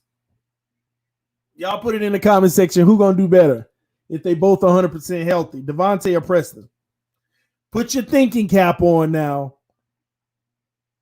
Think about the question. Who's going to do better? Put your thinking cap on. And it doesn't even necessarily got to mean one of them is better than the other, but there's a reason why I said Preston. Preston, 100%. Devontae, Parker. What you talking about, TD? Crying, dead. Absolute stud. Let me explain it to you, okay? Hear me out before you unsubscribe, because everybody unsubscribe when I say stuff like this. The reason why Preston Williams is going to have the better season, first of all, he was having a better season than Devontae Parker last year before he got hurt. That's number one. Get that straight. Number two, Devontae Parker has emerged as our number one receiver. So he's going to always go up against the number one corner. And when you have another threat like Preston opposite of him, that's your hot guy. That's the guy you want to feed. Now, later in the season, things will even out, but Preston's going to get the head start. Why do you think he was able to get those one-on-ones on the boundary last year early in the season, and he caught some and he dropped some, but they were dimes and they were beautiful, and he could have broke out in the first 6 games alone if he didn't drop the balls he dropped. I'm not saying Preston is better than Devontae right now, but when you look at game situation, the number 1 corner should be on Devontae Parker every game. You'll have more one-on-one opportunities with Preston, and we trust Preston in one-on-one. So don't take my assessment of he's going to have a better season than he's better, because that's where people get mad at me on the channel. He's talking crazy. Listen to the reasoning. Now let me know in the comment section if that made sense, because sometimes I can be off. I'll admit it. I can be off. Yes or no in the comment section. Did that make sense? I'm just curious. No. Just curious. Yeah, TD, good point. Facts, TD, makes sense. Hope both of them stay healthy. Yes. Parker is a seasoned vet. Yeah. But seasoned vets require seasoned corners. Man, it'll be Preston Williams coming out party. And by week 8, any defense is going to be like, we need safety help on both. Cover 2 all game. No, nothing less. We can't do this. And then it's an even kill. And to be honest with you, I like Preston in the mid-range game better than Parker. I like Preston in the first 15 yards with his route running better than Devontae Parker. In the small sample size from Preston Williams last year, if he come out the same way healthy and can move the same, I like his route running better than Devontae. I love his route running better than Devontae. So when half of the season over and the league know who Preston is, and now they both getting the even amount of targets, Preston's still going to eat because he probably going to get a lot more of the mediocre passes. You know what I'm talking about? Preston has to catch the ball better. What another year in the league can do for you. But it's all talking till he does it. So I agree with you. I agree with you, Rodney. I really do agree with you on that. He got to. It's a shame how much better his stats could have been last year alone if he did catch the ball. I witnessed the kid drop 4 touchdowns. I witnessed him drop one in Dallas, which I thought Flores should have challenged the play. It was a touchdown, y'all. It was a touchdown. And I saw him drop some in the first 4 games of the season from Rosen especially.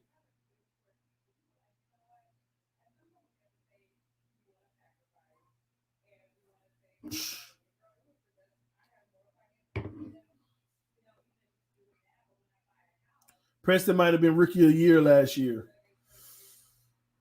with the drops. We need Jakeem to be our version of Tyreek Hill, and we're set.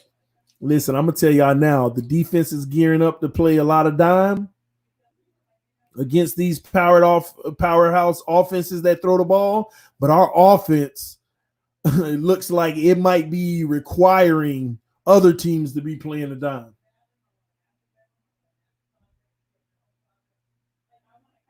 Devontae Parker dropped the touchdown that game too.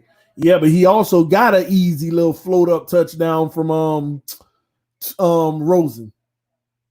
I remember that touchdown from Rosen. He was wide open on the right side before the half. I was in the end zone watching it across the field.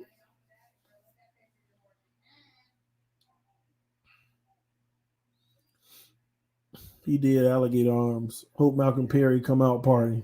We shall see. Hopefully without the domestic abuse, Lord. Do you think Grant is in trouble as far as playing time? Yeah, of course. Of course. If Preston comes back healthy, he has an outside spot. If Parker comes out back healthy, I mean, he'll have an outside spot. Albert Wilson is going to start over Jakeem Grant.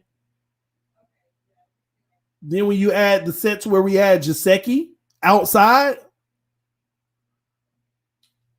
I'm going to be honest, Jakeem Grant is like a flex player for us, special teams and flex.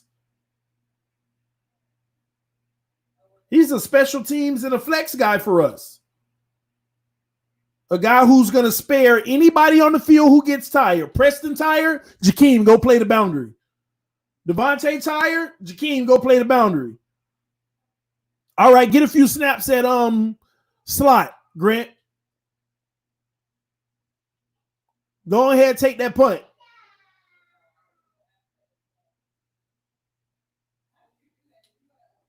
But he is useful. He's useful.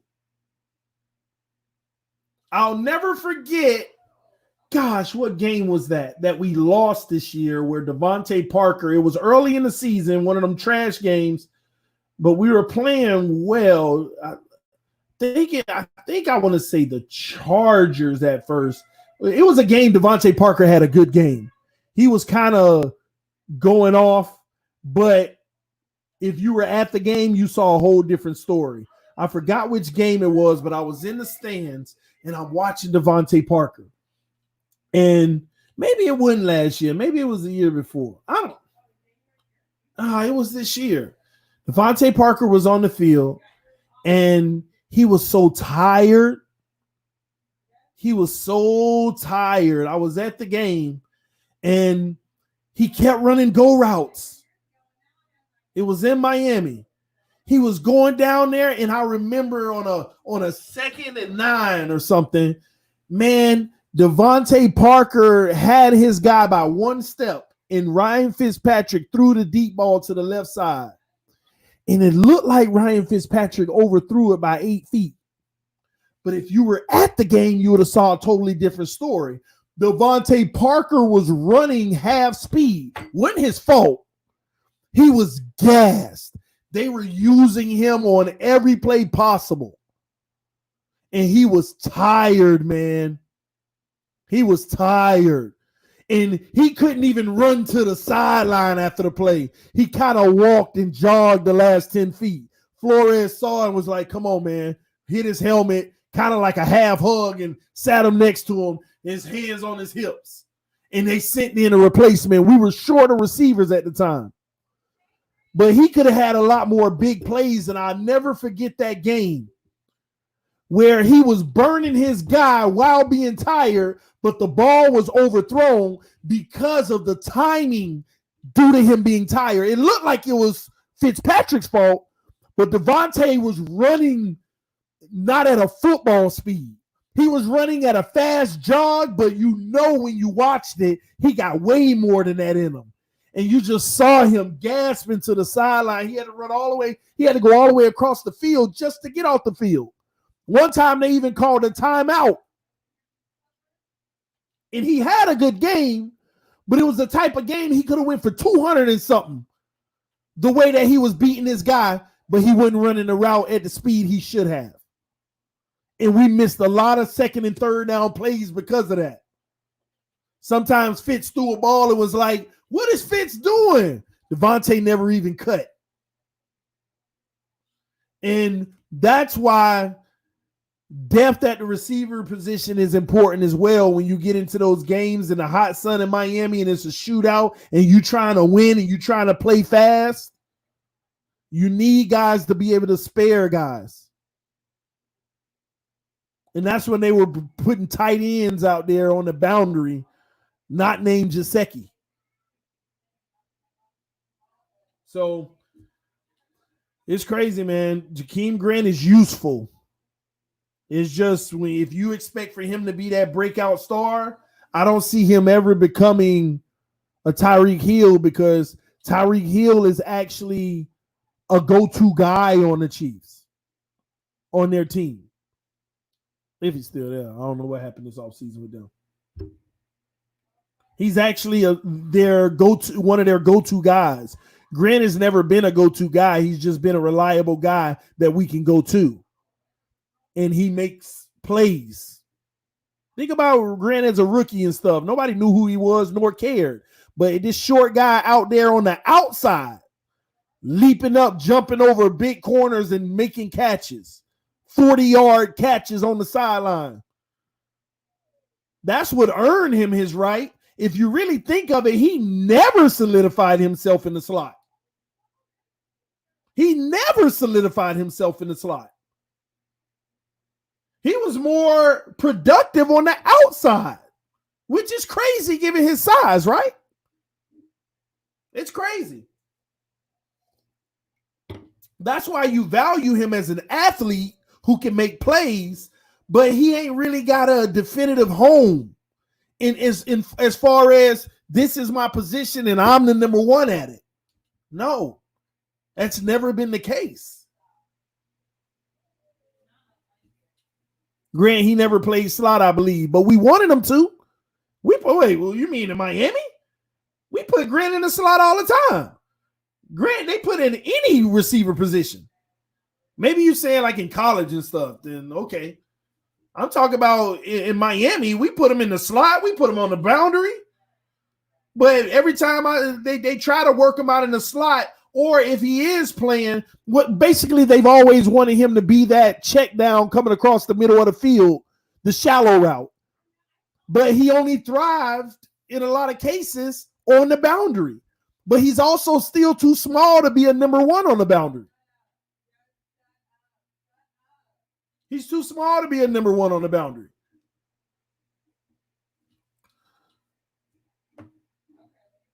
Grant got the speed, but just don't have the versatility like Hill. True. Grant was Pat Mahomes, Tyreek Hill in college. Yeah, I don't think Grant position has ever been slot. I could be wrong. You can just go look at Grant highlights. I'm confident you're gonna see him line up in the slot. You're gonna see a lot of boundary too, because his highlights are in the boundary. That's where he makes his name for himself. But remember, I can give you a prime example. The reason why I was so disappointed, Adam Gase last year, week 4 versus the Patriots. Remember, I used to say, oh, he can't even get off the line of scrimmage. A lot of times I was in the slot. That nickel or that linebacker just throwing him to the ground.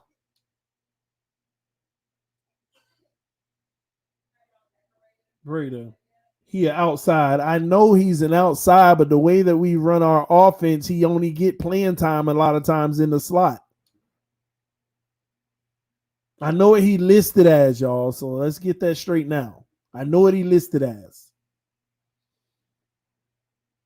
Albert Wilson, no one talking about. I look at him as good old faithful, especially if he's healthy. I think they're doing it by committee. The receiving core, yes, and the running backs. Who's gonna start, Breda or Howard? We did a poll, and let me see what the results of the poll were for the starting running back. I asked everybody who's going to be our starting running back, and the polls, 59% of everyone said Howard, 33% said Breda, 4% said Balazs, 3% said Laird, and 2% said other, and that's over 500 votes. That's 511 votes. The other can be Gaskins and some other guys on the roster. Wow, there's a lot of comments too. 25 comments on that. So everybody think Howard is going to be the starter. If you know like I know, no one knows who the starter going to be. Did anybody know who it was going to be last year? Well, somebody knew, but I ain't trying to toot my own horn. I'm just saying. But nobody really knew last year who the starter was going to be. Everybody said it was going to be Drake. I didn't know why, but that's what everybody said. I think it's going to be committee. It will be committee. It'll be committee. It will be. Brady will be a third down back. Dwayne, the dynasty begins now. Yeah, I could see that. Howard run it down the throat. Now, remember, we got guys that came off of injuries and their team ain't want them no more, didn't have room for them anymore. Don't forget that stuff, y'all. Don't forget that. We got guys coming off injuries who, when they left their team, they weren't even the guy. Don't forget that. So when we look at them and we remember them, make sure that we're referencing that we feel they're the guy from 2 years ago or a half a year ago. Don't forget that. The running backs we brought in were no longer the guys on their current team.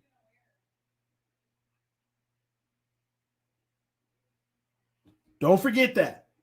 All right? Good running backs, very good running backs. They're not the great running backs. Let's get that straight. They're not the top 5 running backs in the league. Some will even say they're not even the top 10 running backs in the league, but they're really good running backs and they can get the job done. But don't forget, they weren't even the guy on their team. But it's easy for us to put them in that starting slot and make it seem like they're going to be they're going to be this over Balazs and all this and that. Okay? Shout out to Neil Chartier with the donation. Sure, you're the best, TD. Hope you never stop YouTube. I watch every time I get notified you're on, and it's always a great show. I appreciate that, man. I promise you, I'm just trying to have fun with y'all, man. Just like y'all tune in, I'm tuning in right now. Listening to what y'all got to say and giving my thoughts just like y'all giving it. It's just you seeing, everybody gets to see me. So we're all, that's why I try to help people understand we're all this, that's why it's our channel. We all make it. And it's fun, man. TD the marathon, man.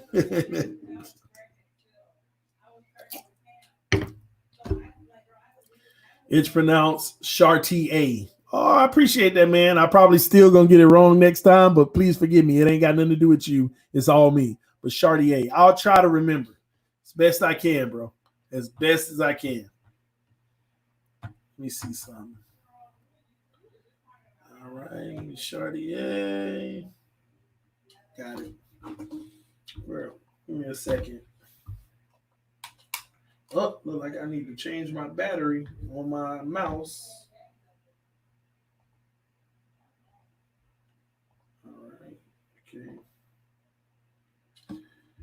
All right, Neil Chartier, if I pronounced it right. I hope I didn't get it wrong that quick. Comment again. I want to see if it worked. We need to protect Mr. Glass. Man, stop calling to him Mr. Glass, man. The stream yesterday was a marathon. Great job, bro. Man, I done had 8-hour streams.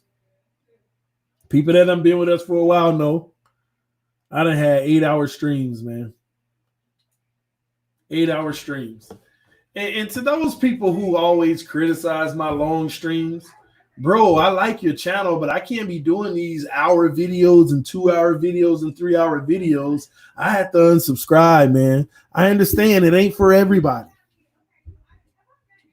It ain't for everybody, man. Because every one person that hate the long videos is 50 people that love them. Shout out to all the truck driver subscribers, man. He be like, TD, man, you make my day, man. I be on the road. You keep me up. You keep me rolling. You keep me rolling. TD, I do security overnight. I used to do security overnight as a second job. TD, man, I do security overnight. I just pop on one of your videos, my shift halfway over. Man, so it ain't for everybody, but it's a large amount of people it's for. All right? Long videos are for the riders. I know, man. Yo, TD, I got that shirt today. Faith Family, Miami Dolphins. Did you order your Tua jersey? TD, Choo-Choo Tua. Oh, I'm going to talk about Chocho.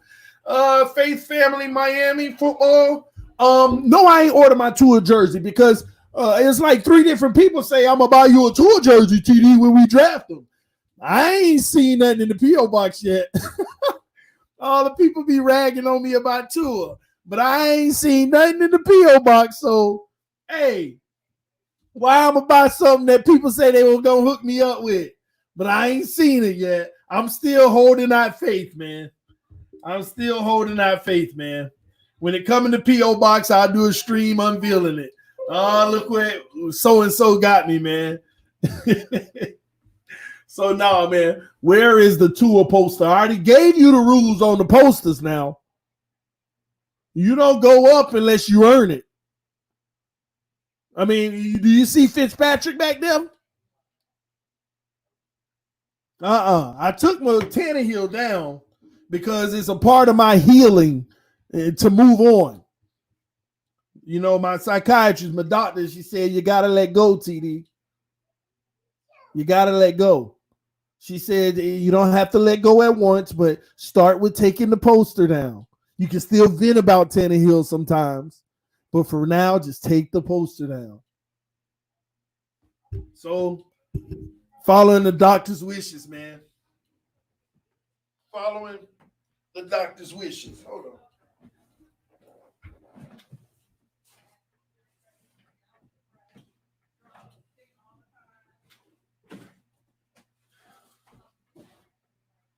Man, I better be lucky. I can't find it right now, but he close. My Tannehill poster close. Got to tell my doctor I was about to relapse on Saturday. But that's all right, man. We over. I bought my Tua limited throwback jersey yesterday. Listen, man, I learned my lesson from last year. I learned my lesson. Yeah, I know after all that time with Tannehill, I bought my first jersey a year ago, 2 years ago, and at the end of the season, he was gone. And then I said, okay, who can I buy now? Now I got a Minka. He was gone. I said, never again. There's only one Dolphin jersey you can't go wrong with right now. Well, it's a few, but a Merino. So, nah, TD ain't buying no Tua jersey. You want TD to rock a Tua jersey? Allow me to say I appreciate you getting this for me. No. Win a Super Bowl or something, that's different. Now I know that you forever ingrained in the Dolphins' history. Not Tebow time.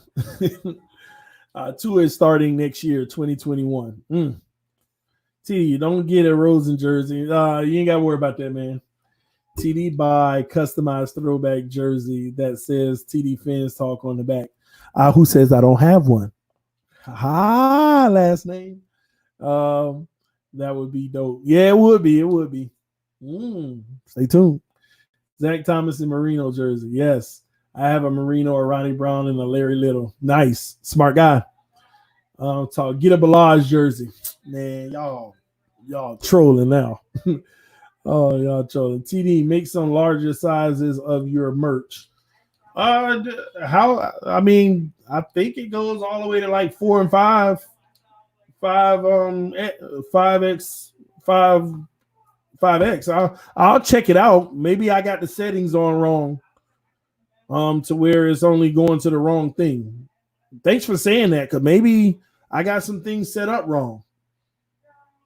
That's interesting. Because I'm finishing up tomorrow morning on the new logo and stuff in merch. I'm having an issue with the sizing for the design. TD, I can make you some custom Dolphin stuff. Just let me know. Hey, man, you got to hit me up in email, man, so I can see what you're talking about. Hit me up in the email. That's right. Tua took our mascot number now.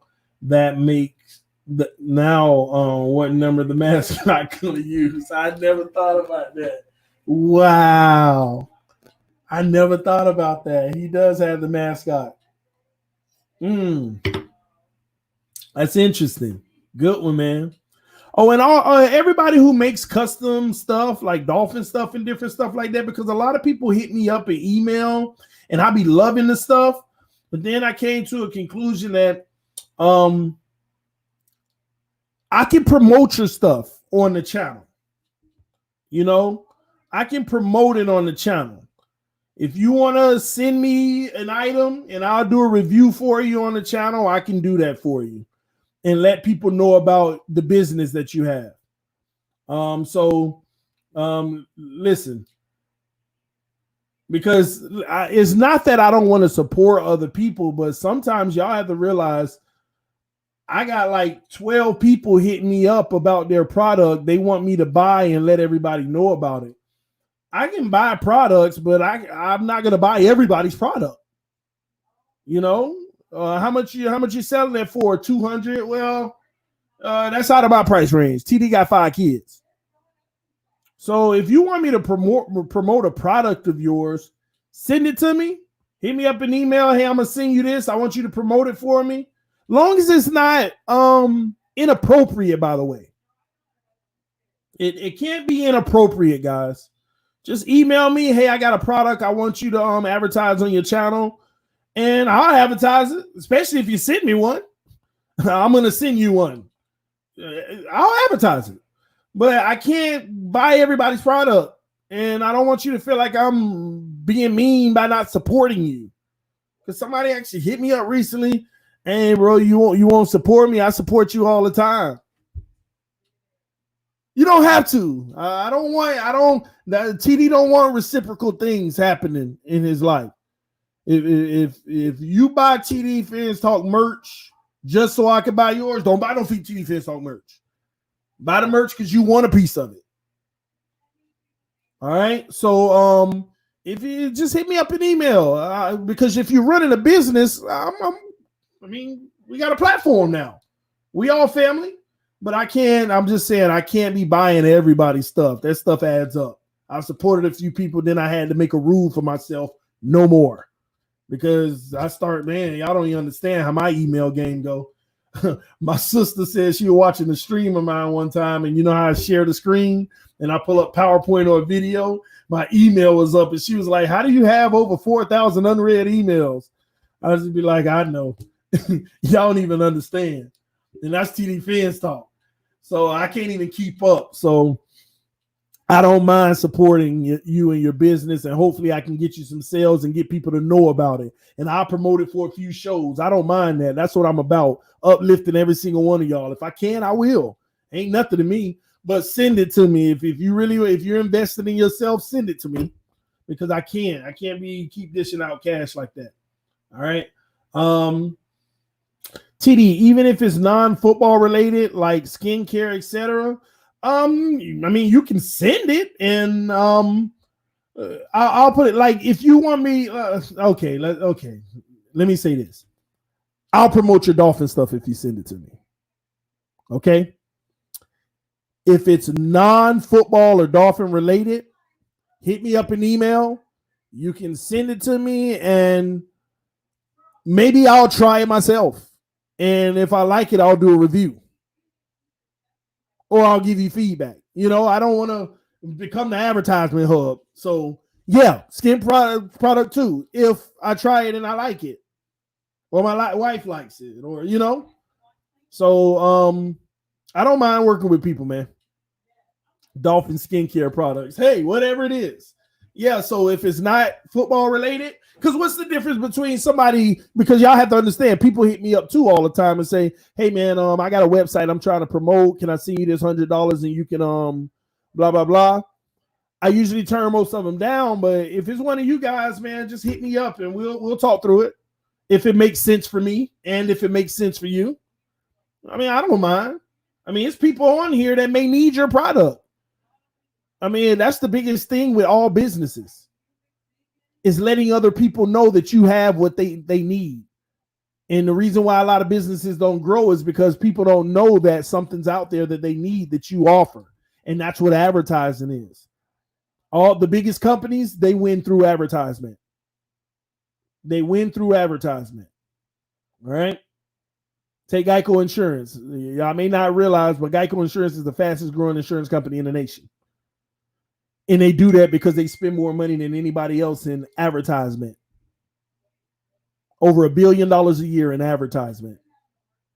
You see them on the games. You see them on the scoreboard. If you at the game, you don't see Geico written on the scoreboard. But on TV, you see it written on the scoreboard because it's production. It's advertisement. So if you're investing in your business, you got to put money behind it. Or you could do it like TD. I've never put a dime. YouTube be asking, Facebook be asking, Instagram, Twitter, hey, give us $100 and we can make sure your content reaches so many more people and you'll grow 2 times as fast. Nah, I don't do that. I'm just gonna earn it one person that like me at a time. But when it comes to business and products, hit me up, man. You invest in your business. Them commercials are great, man. Over $1 billion. Yes, they spend over $1 billion now. When I was in management 5 years ago, they were spending just about 1.2 billion. So right now, I'm pretty confident they're probably spending about 1.4, 1.5 a year. Per year, man. LOL, exactly. That would be horrible. Scam. Oh, no scams, man. All right. Cheap. LOL. I don't know what you're talking about. Gotta start from the mud, TD. Absolutely. Absolutely. Somebody said cheap. Nah, I just value my money. And if hard work can offset spending money, I'm with that. Trust me, if I put a few $100s into the channel and promoting it, we could have 4,000 more people than we have right now. We'd probably be somewhere like 12,000. If I put 1,000 in this channel, I promise you, with the way that these social media things work, I could probably be at 20,000. I don't know, because I've had people recommend it to me and say, look how it's doing for me, or look how it's doing for this and that. No, I'm straight, because a lot of times the advertisement just bringing people over. It ain't real people that actually dig what you're doing in a lot of cases too. I want subscribers that's riding with me, that enjoy it, and they love this conversation. We just be hanging out. They got nothing to do. I got nothing to do. Let's chill. Let's hang out. Let's become friends. Let's kick it. We kick it. Do we not? We kick it over here on TD Phins Talk.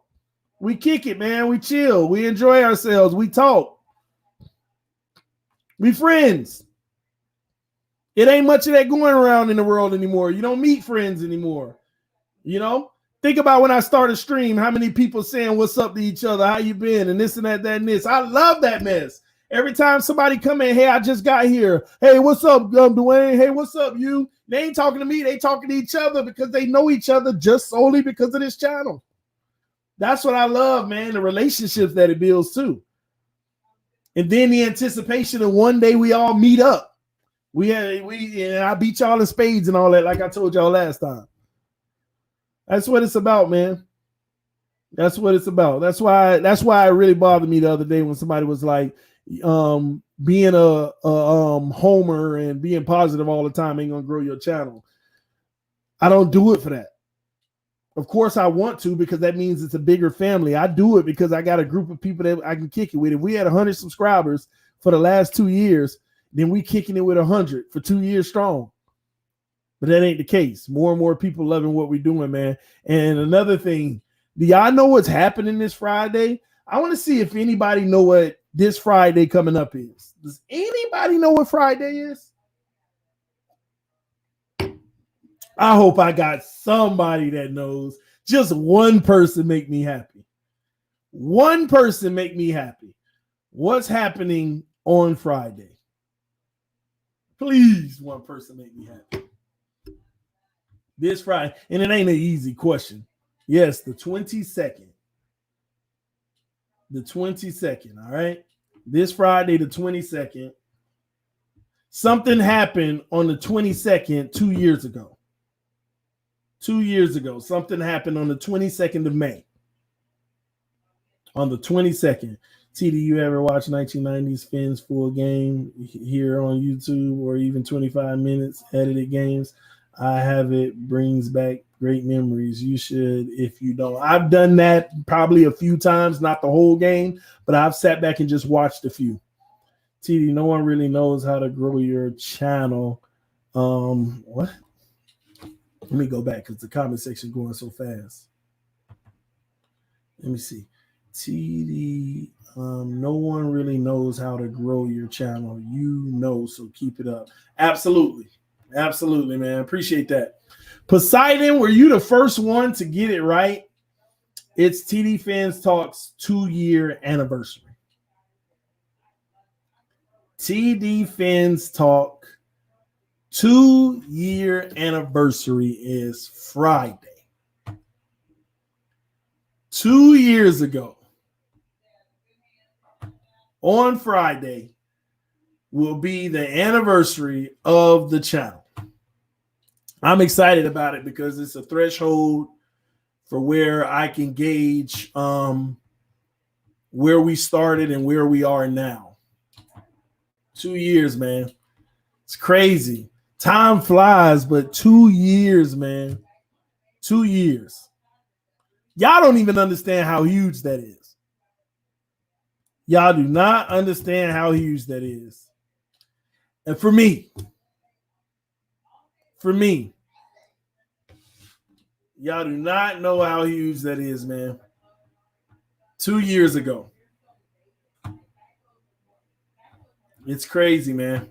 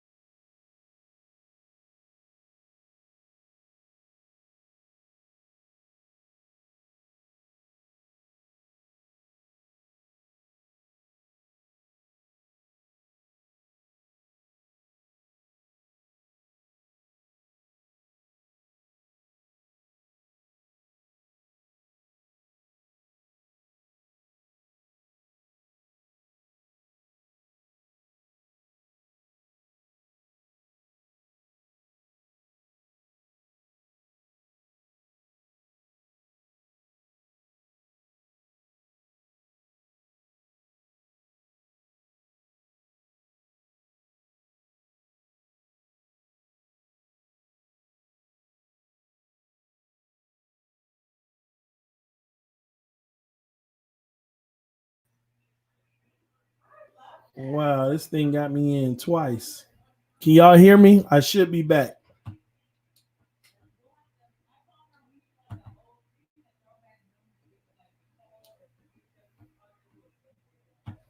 I don't know what happened, but are y'all back? Can y'all hear me? Can y'all see me? Can y'all hear me and can y'all see me?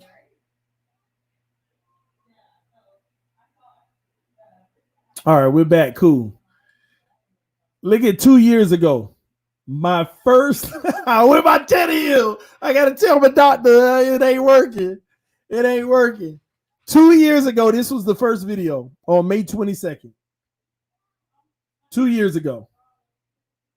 This is it right here, man. It's crazy, man. It's crazy.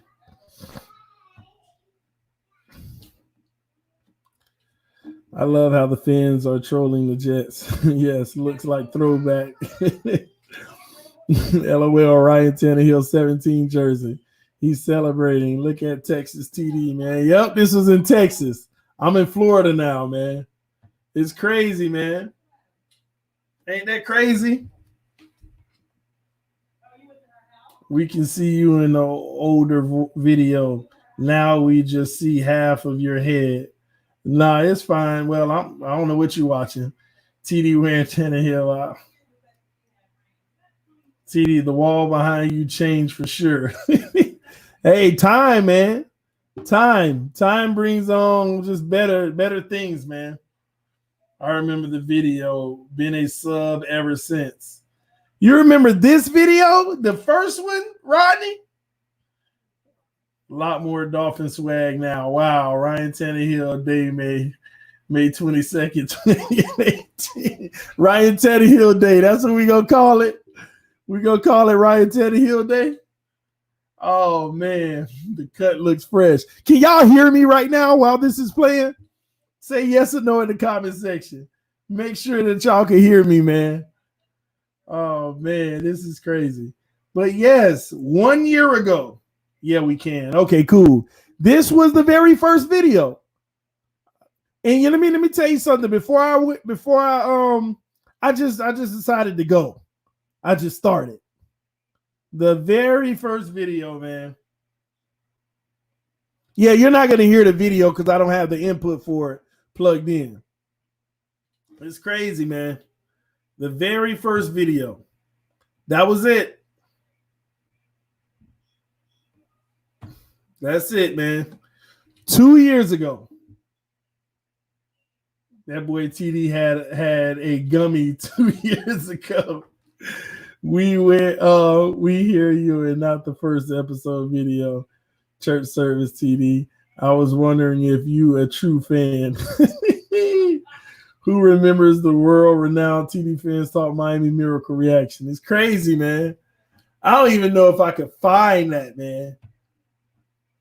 I don't even know if I can find it. I'm sure I can, but gosh, man. 2 years ago, man. When you highlight someone, comment, we can't see you. And that's most of your stream. That is what I was talking about. Okay. Yeah, I try to remove it now. I took your feedback on it a few days ago.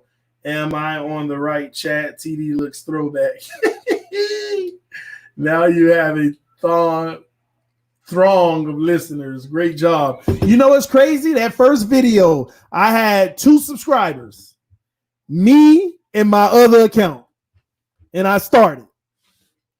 And the next day I had 4 subscribers. The day after that, I had 1 more subscriber. The day after that, I had no subscribers. No additional subscribers. And then the day after that, I added 7. And the day after that, I only added 1. And the day after that, I added 13. And the day after that, I added 2. The day after that, I added 0. But I kept on riding, and then it just was riding. I remember, well, we just hit 50 subscribers. Yay. We just hit 100. Yay. Man, we at 200. Whoa. Gosh, can y'all believe we're at 300? Man, we are 700 away from 1,000. And I said, that's the ultimate goal. But right now, we're going for 350. It's crazy how time passes. And now we're at, what are we at? 8,760 something, about to be 70 something. Maybe we get to 8,800 by next Friday. Maybe we add another 30 subscribers by Friday. Maybe more. Maybe we hit 8,800 in 2 years on the dot, man. It's a beautiful thing, y'all. 10K subscriber goal. Yeah, that's what we're shooting for, is the 10K, man. YouTube stop tripping on you when you hit 10K. If you're a YouTuber, you know what I'm talking about. Hey, TD, the journey of 1,000 miles begins with one single step. Yes, but you know what? A lot of us have been taking each step together. And if you're new to the channel, you took a step with me. And then as time goes, you're going to keep taking steps with me, and we're going to keep riding out. We're going to keep having fun, man. We're a family. That's how I see it. That's how I see it. I may use the term myself sometimes, subscribers, but we're family and friends, man. This is family and friends. TDPHINSTALK Nation, baby. Yes, I appreciate that, guys.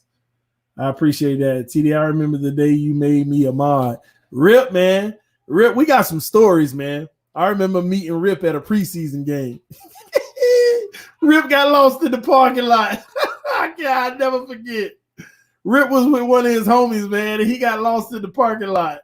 We both were in the same parking lot, which I was kind of lost too, but I knew where I needed to go to get to my car because the bus dropped us off.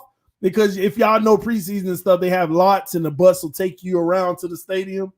Man, I done got in my car, which was far away. I done drove all the way through. I'm about to leave, and I see Rip and his homie like, man, where we going? And I'm like, Rip! Honking the horn. He didn't even know who I was. He was Rip, man. Rip made it home 8 hours later, man. Man, everyone TD almost hit me with his car. No, I did. Stop that. You was on the side and I passed by you. Rick was looking clueless, man. Like, where are we going? Ain't no worse feeling than not knowing where you parked after a game because you don't know if your car got towed for some reason or anything. It's crazy, man. It is crazy. But I met quite a few of you guys at games, man. I remember one game I was up in the stands and I think it was like 20 people came over. Dariq Higgins came over. He was in the chat earlier. It was like 20 people that came over while I was with, because during the games I like sitting at the top in preseason so I can get the whole field. Y'all go to some of my old streams in preseason. I show y'all the field. I show y'all some of the game. And I'm just up in the stands with my phone streaming. And people, man, I think I had 20 people over there, and people under me was looking like, who is this guy? Who is this guy? y'all making TD a home game celebrity, man. Oh, man. Miami Miracle video. Let me see. I'm going to try to pull it up, man. Miami Miracle. Let me see. I'm trying to find it, man. Miami Miracle. All right, Miami Miracle. Yep, this is it. 1 year ago. I'm going to turn it up so y'all can hear it. Maybe y'all will. Nah, it ain't going to show you. Never forget, man. This is really a throwback now. I'm sitting there. This is actually another room that I moved to. This was in Dallas. And we're sitting there, we're down, and when it's only 8 seconds. And I'm telling y'all, have faith, man. I was literally saying, have faith. Have faith. And look at me. That's me watching. I'm watching. I see the Dolphins coming out on the field, man. I'd never forget this, man.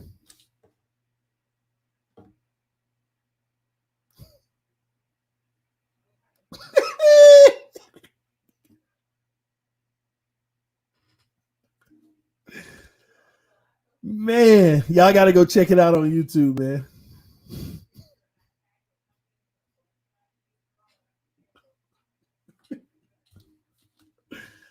Oh, man. You had faith week 1 also. Greatest moment of my life. TD was like, nah, I don't believe this. I know I didn't, because everybody was in the comment section talking about TD. I was like, are they talking to me? And then some people was like, TD touchdown. I was like, nah, I don't believe that. And it was just happening. And right here, I'm explaining, it might be a forward pass, though. No, it's not. No, it's not. Man, I'll never forget it, man. Because it was real and it was authentic. This is me. I'm telling y'all right here in the video that y'all trolling. Y'all trolling, man.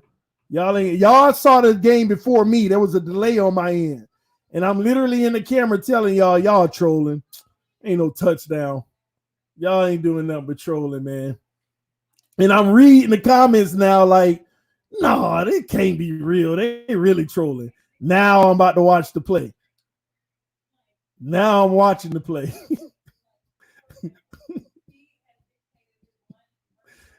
And I watched, oh my God, this is too real.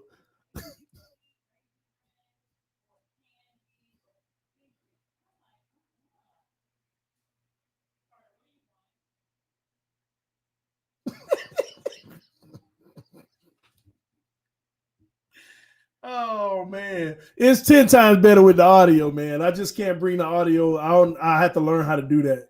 Bring the audio. Oh, actually, I might have the audio. We ain't got no timeouts, man. It's only one play. One play. One play. It's all right, baby. Let's go. Teddy Hill about to sling that ball. Here we go. Here we go, y'all. Y'all crazy. I know some of y'all trolling, man.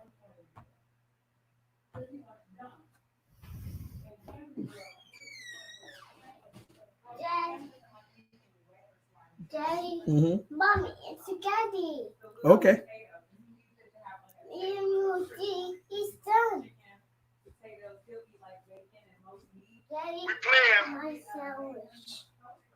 No, I don't believe this.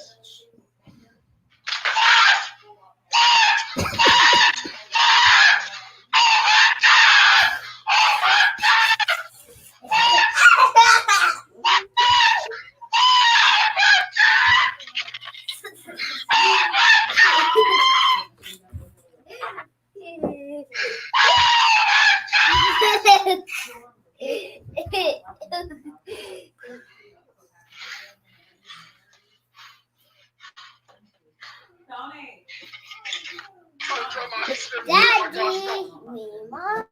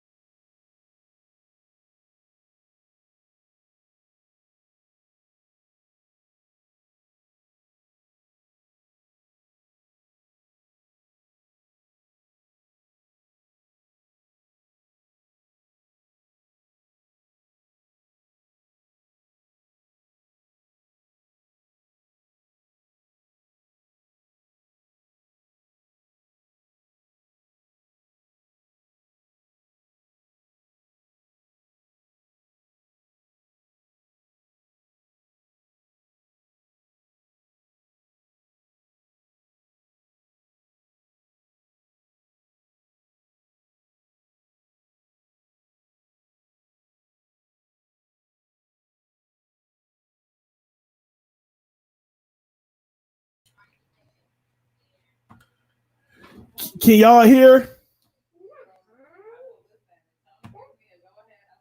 Can y'all hear me? I don't know. Some people say they can't hear. I don't know what happened.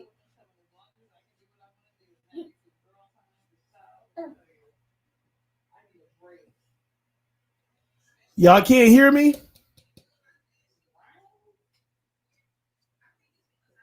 Yes, yes. Oh, okay. Oh, I don't know why some people say they can't hear. We can hear you, but not the video you playing. Oh, huh? Go ask mommy. Mommy will give you some, okay? My bad. I'm sorry, y'all. I didn't know that you couldn't hear it. I thought y'all could hear it. My bad, man. But yeah, man. That was it, man. I never forget. Never forget that, man. Can't forget. But 2 years, man. 2 years, man. We got a lot of great moments, man. That ain't the only one, but we got a lot of great moments on TD FINSTALK, man. Just crazy. Just crazy. But 2 years have come and almost gone. And we've added 8,800 people to the family overall, man.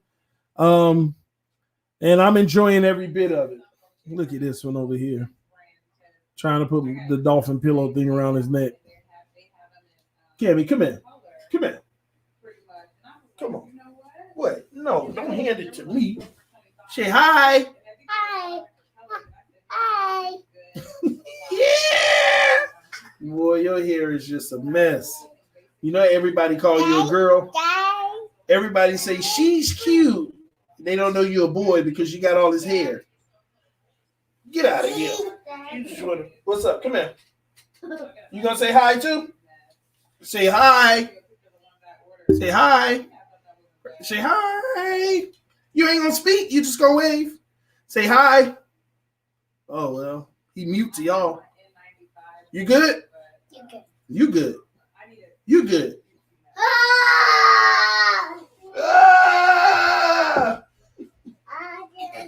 All right, y'all, man. I guess I've been on long enough. When they come get me, it's time to love on them as always. What? What's wrong? Nah, what is that? I don't understand that. That's not English, man. Yes, ma'am.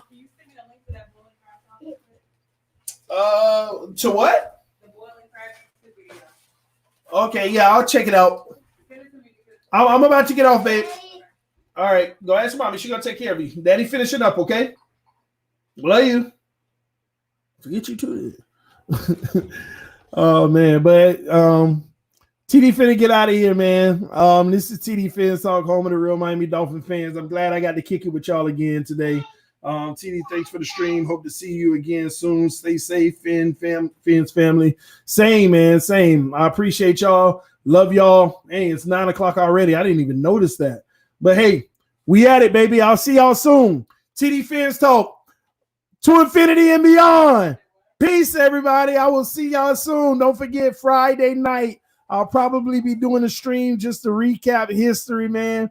The last 2 years, how we got to the point of almost 8,800 subs and just talking to all y'all at the same time and what it means, man. I want to hear from a lot of y'all. So come by on Friday night and tell me what y'all think about us reaching that milestone. And I do say us, all of us, man.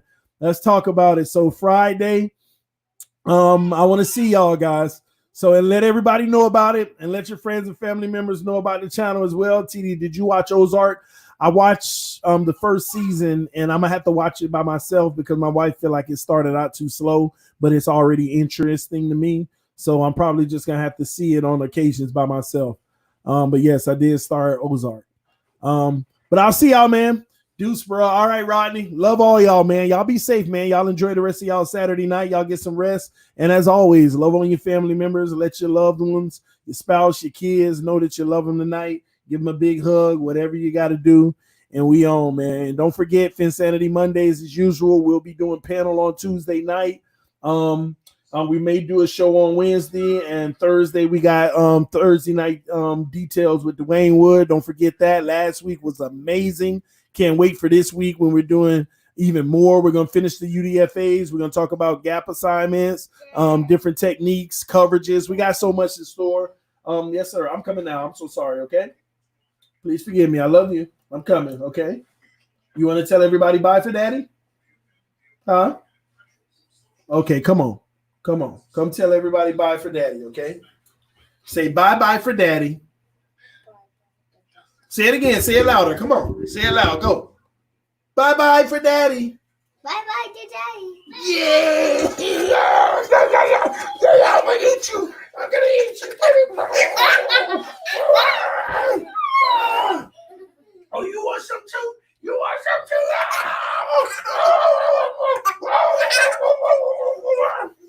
All right. Tell everybody bye-bye. Bye-bye. Bye-bye. Bye. All right, y'all. Love y'all. See y'all soon. Peace. Don't be running away. Come here. Come on. I'm coming.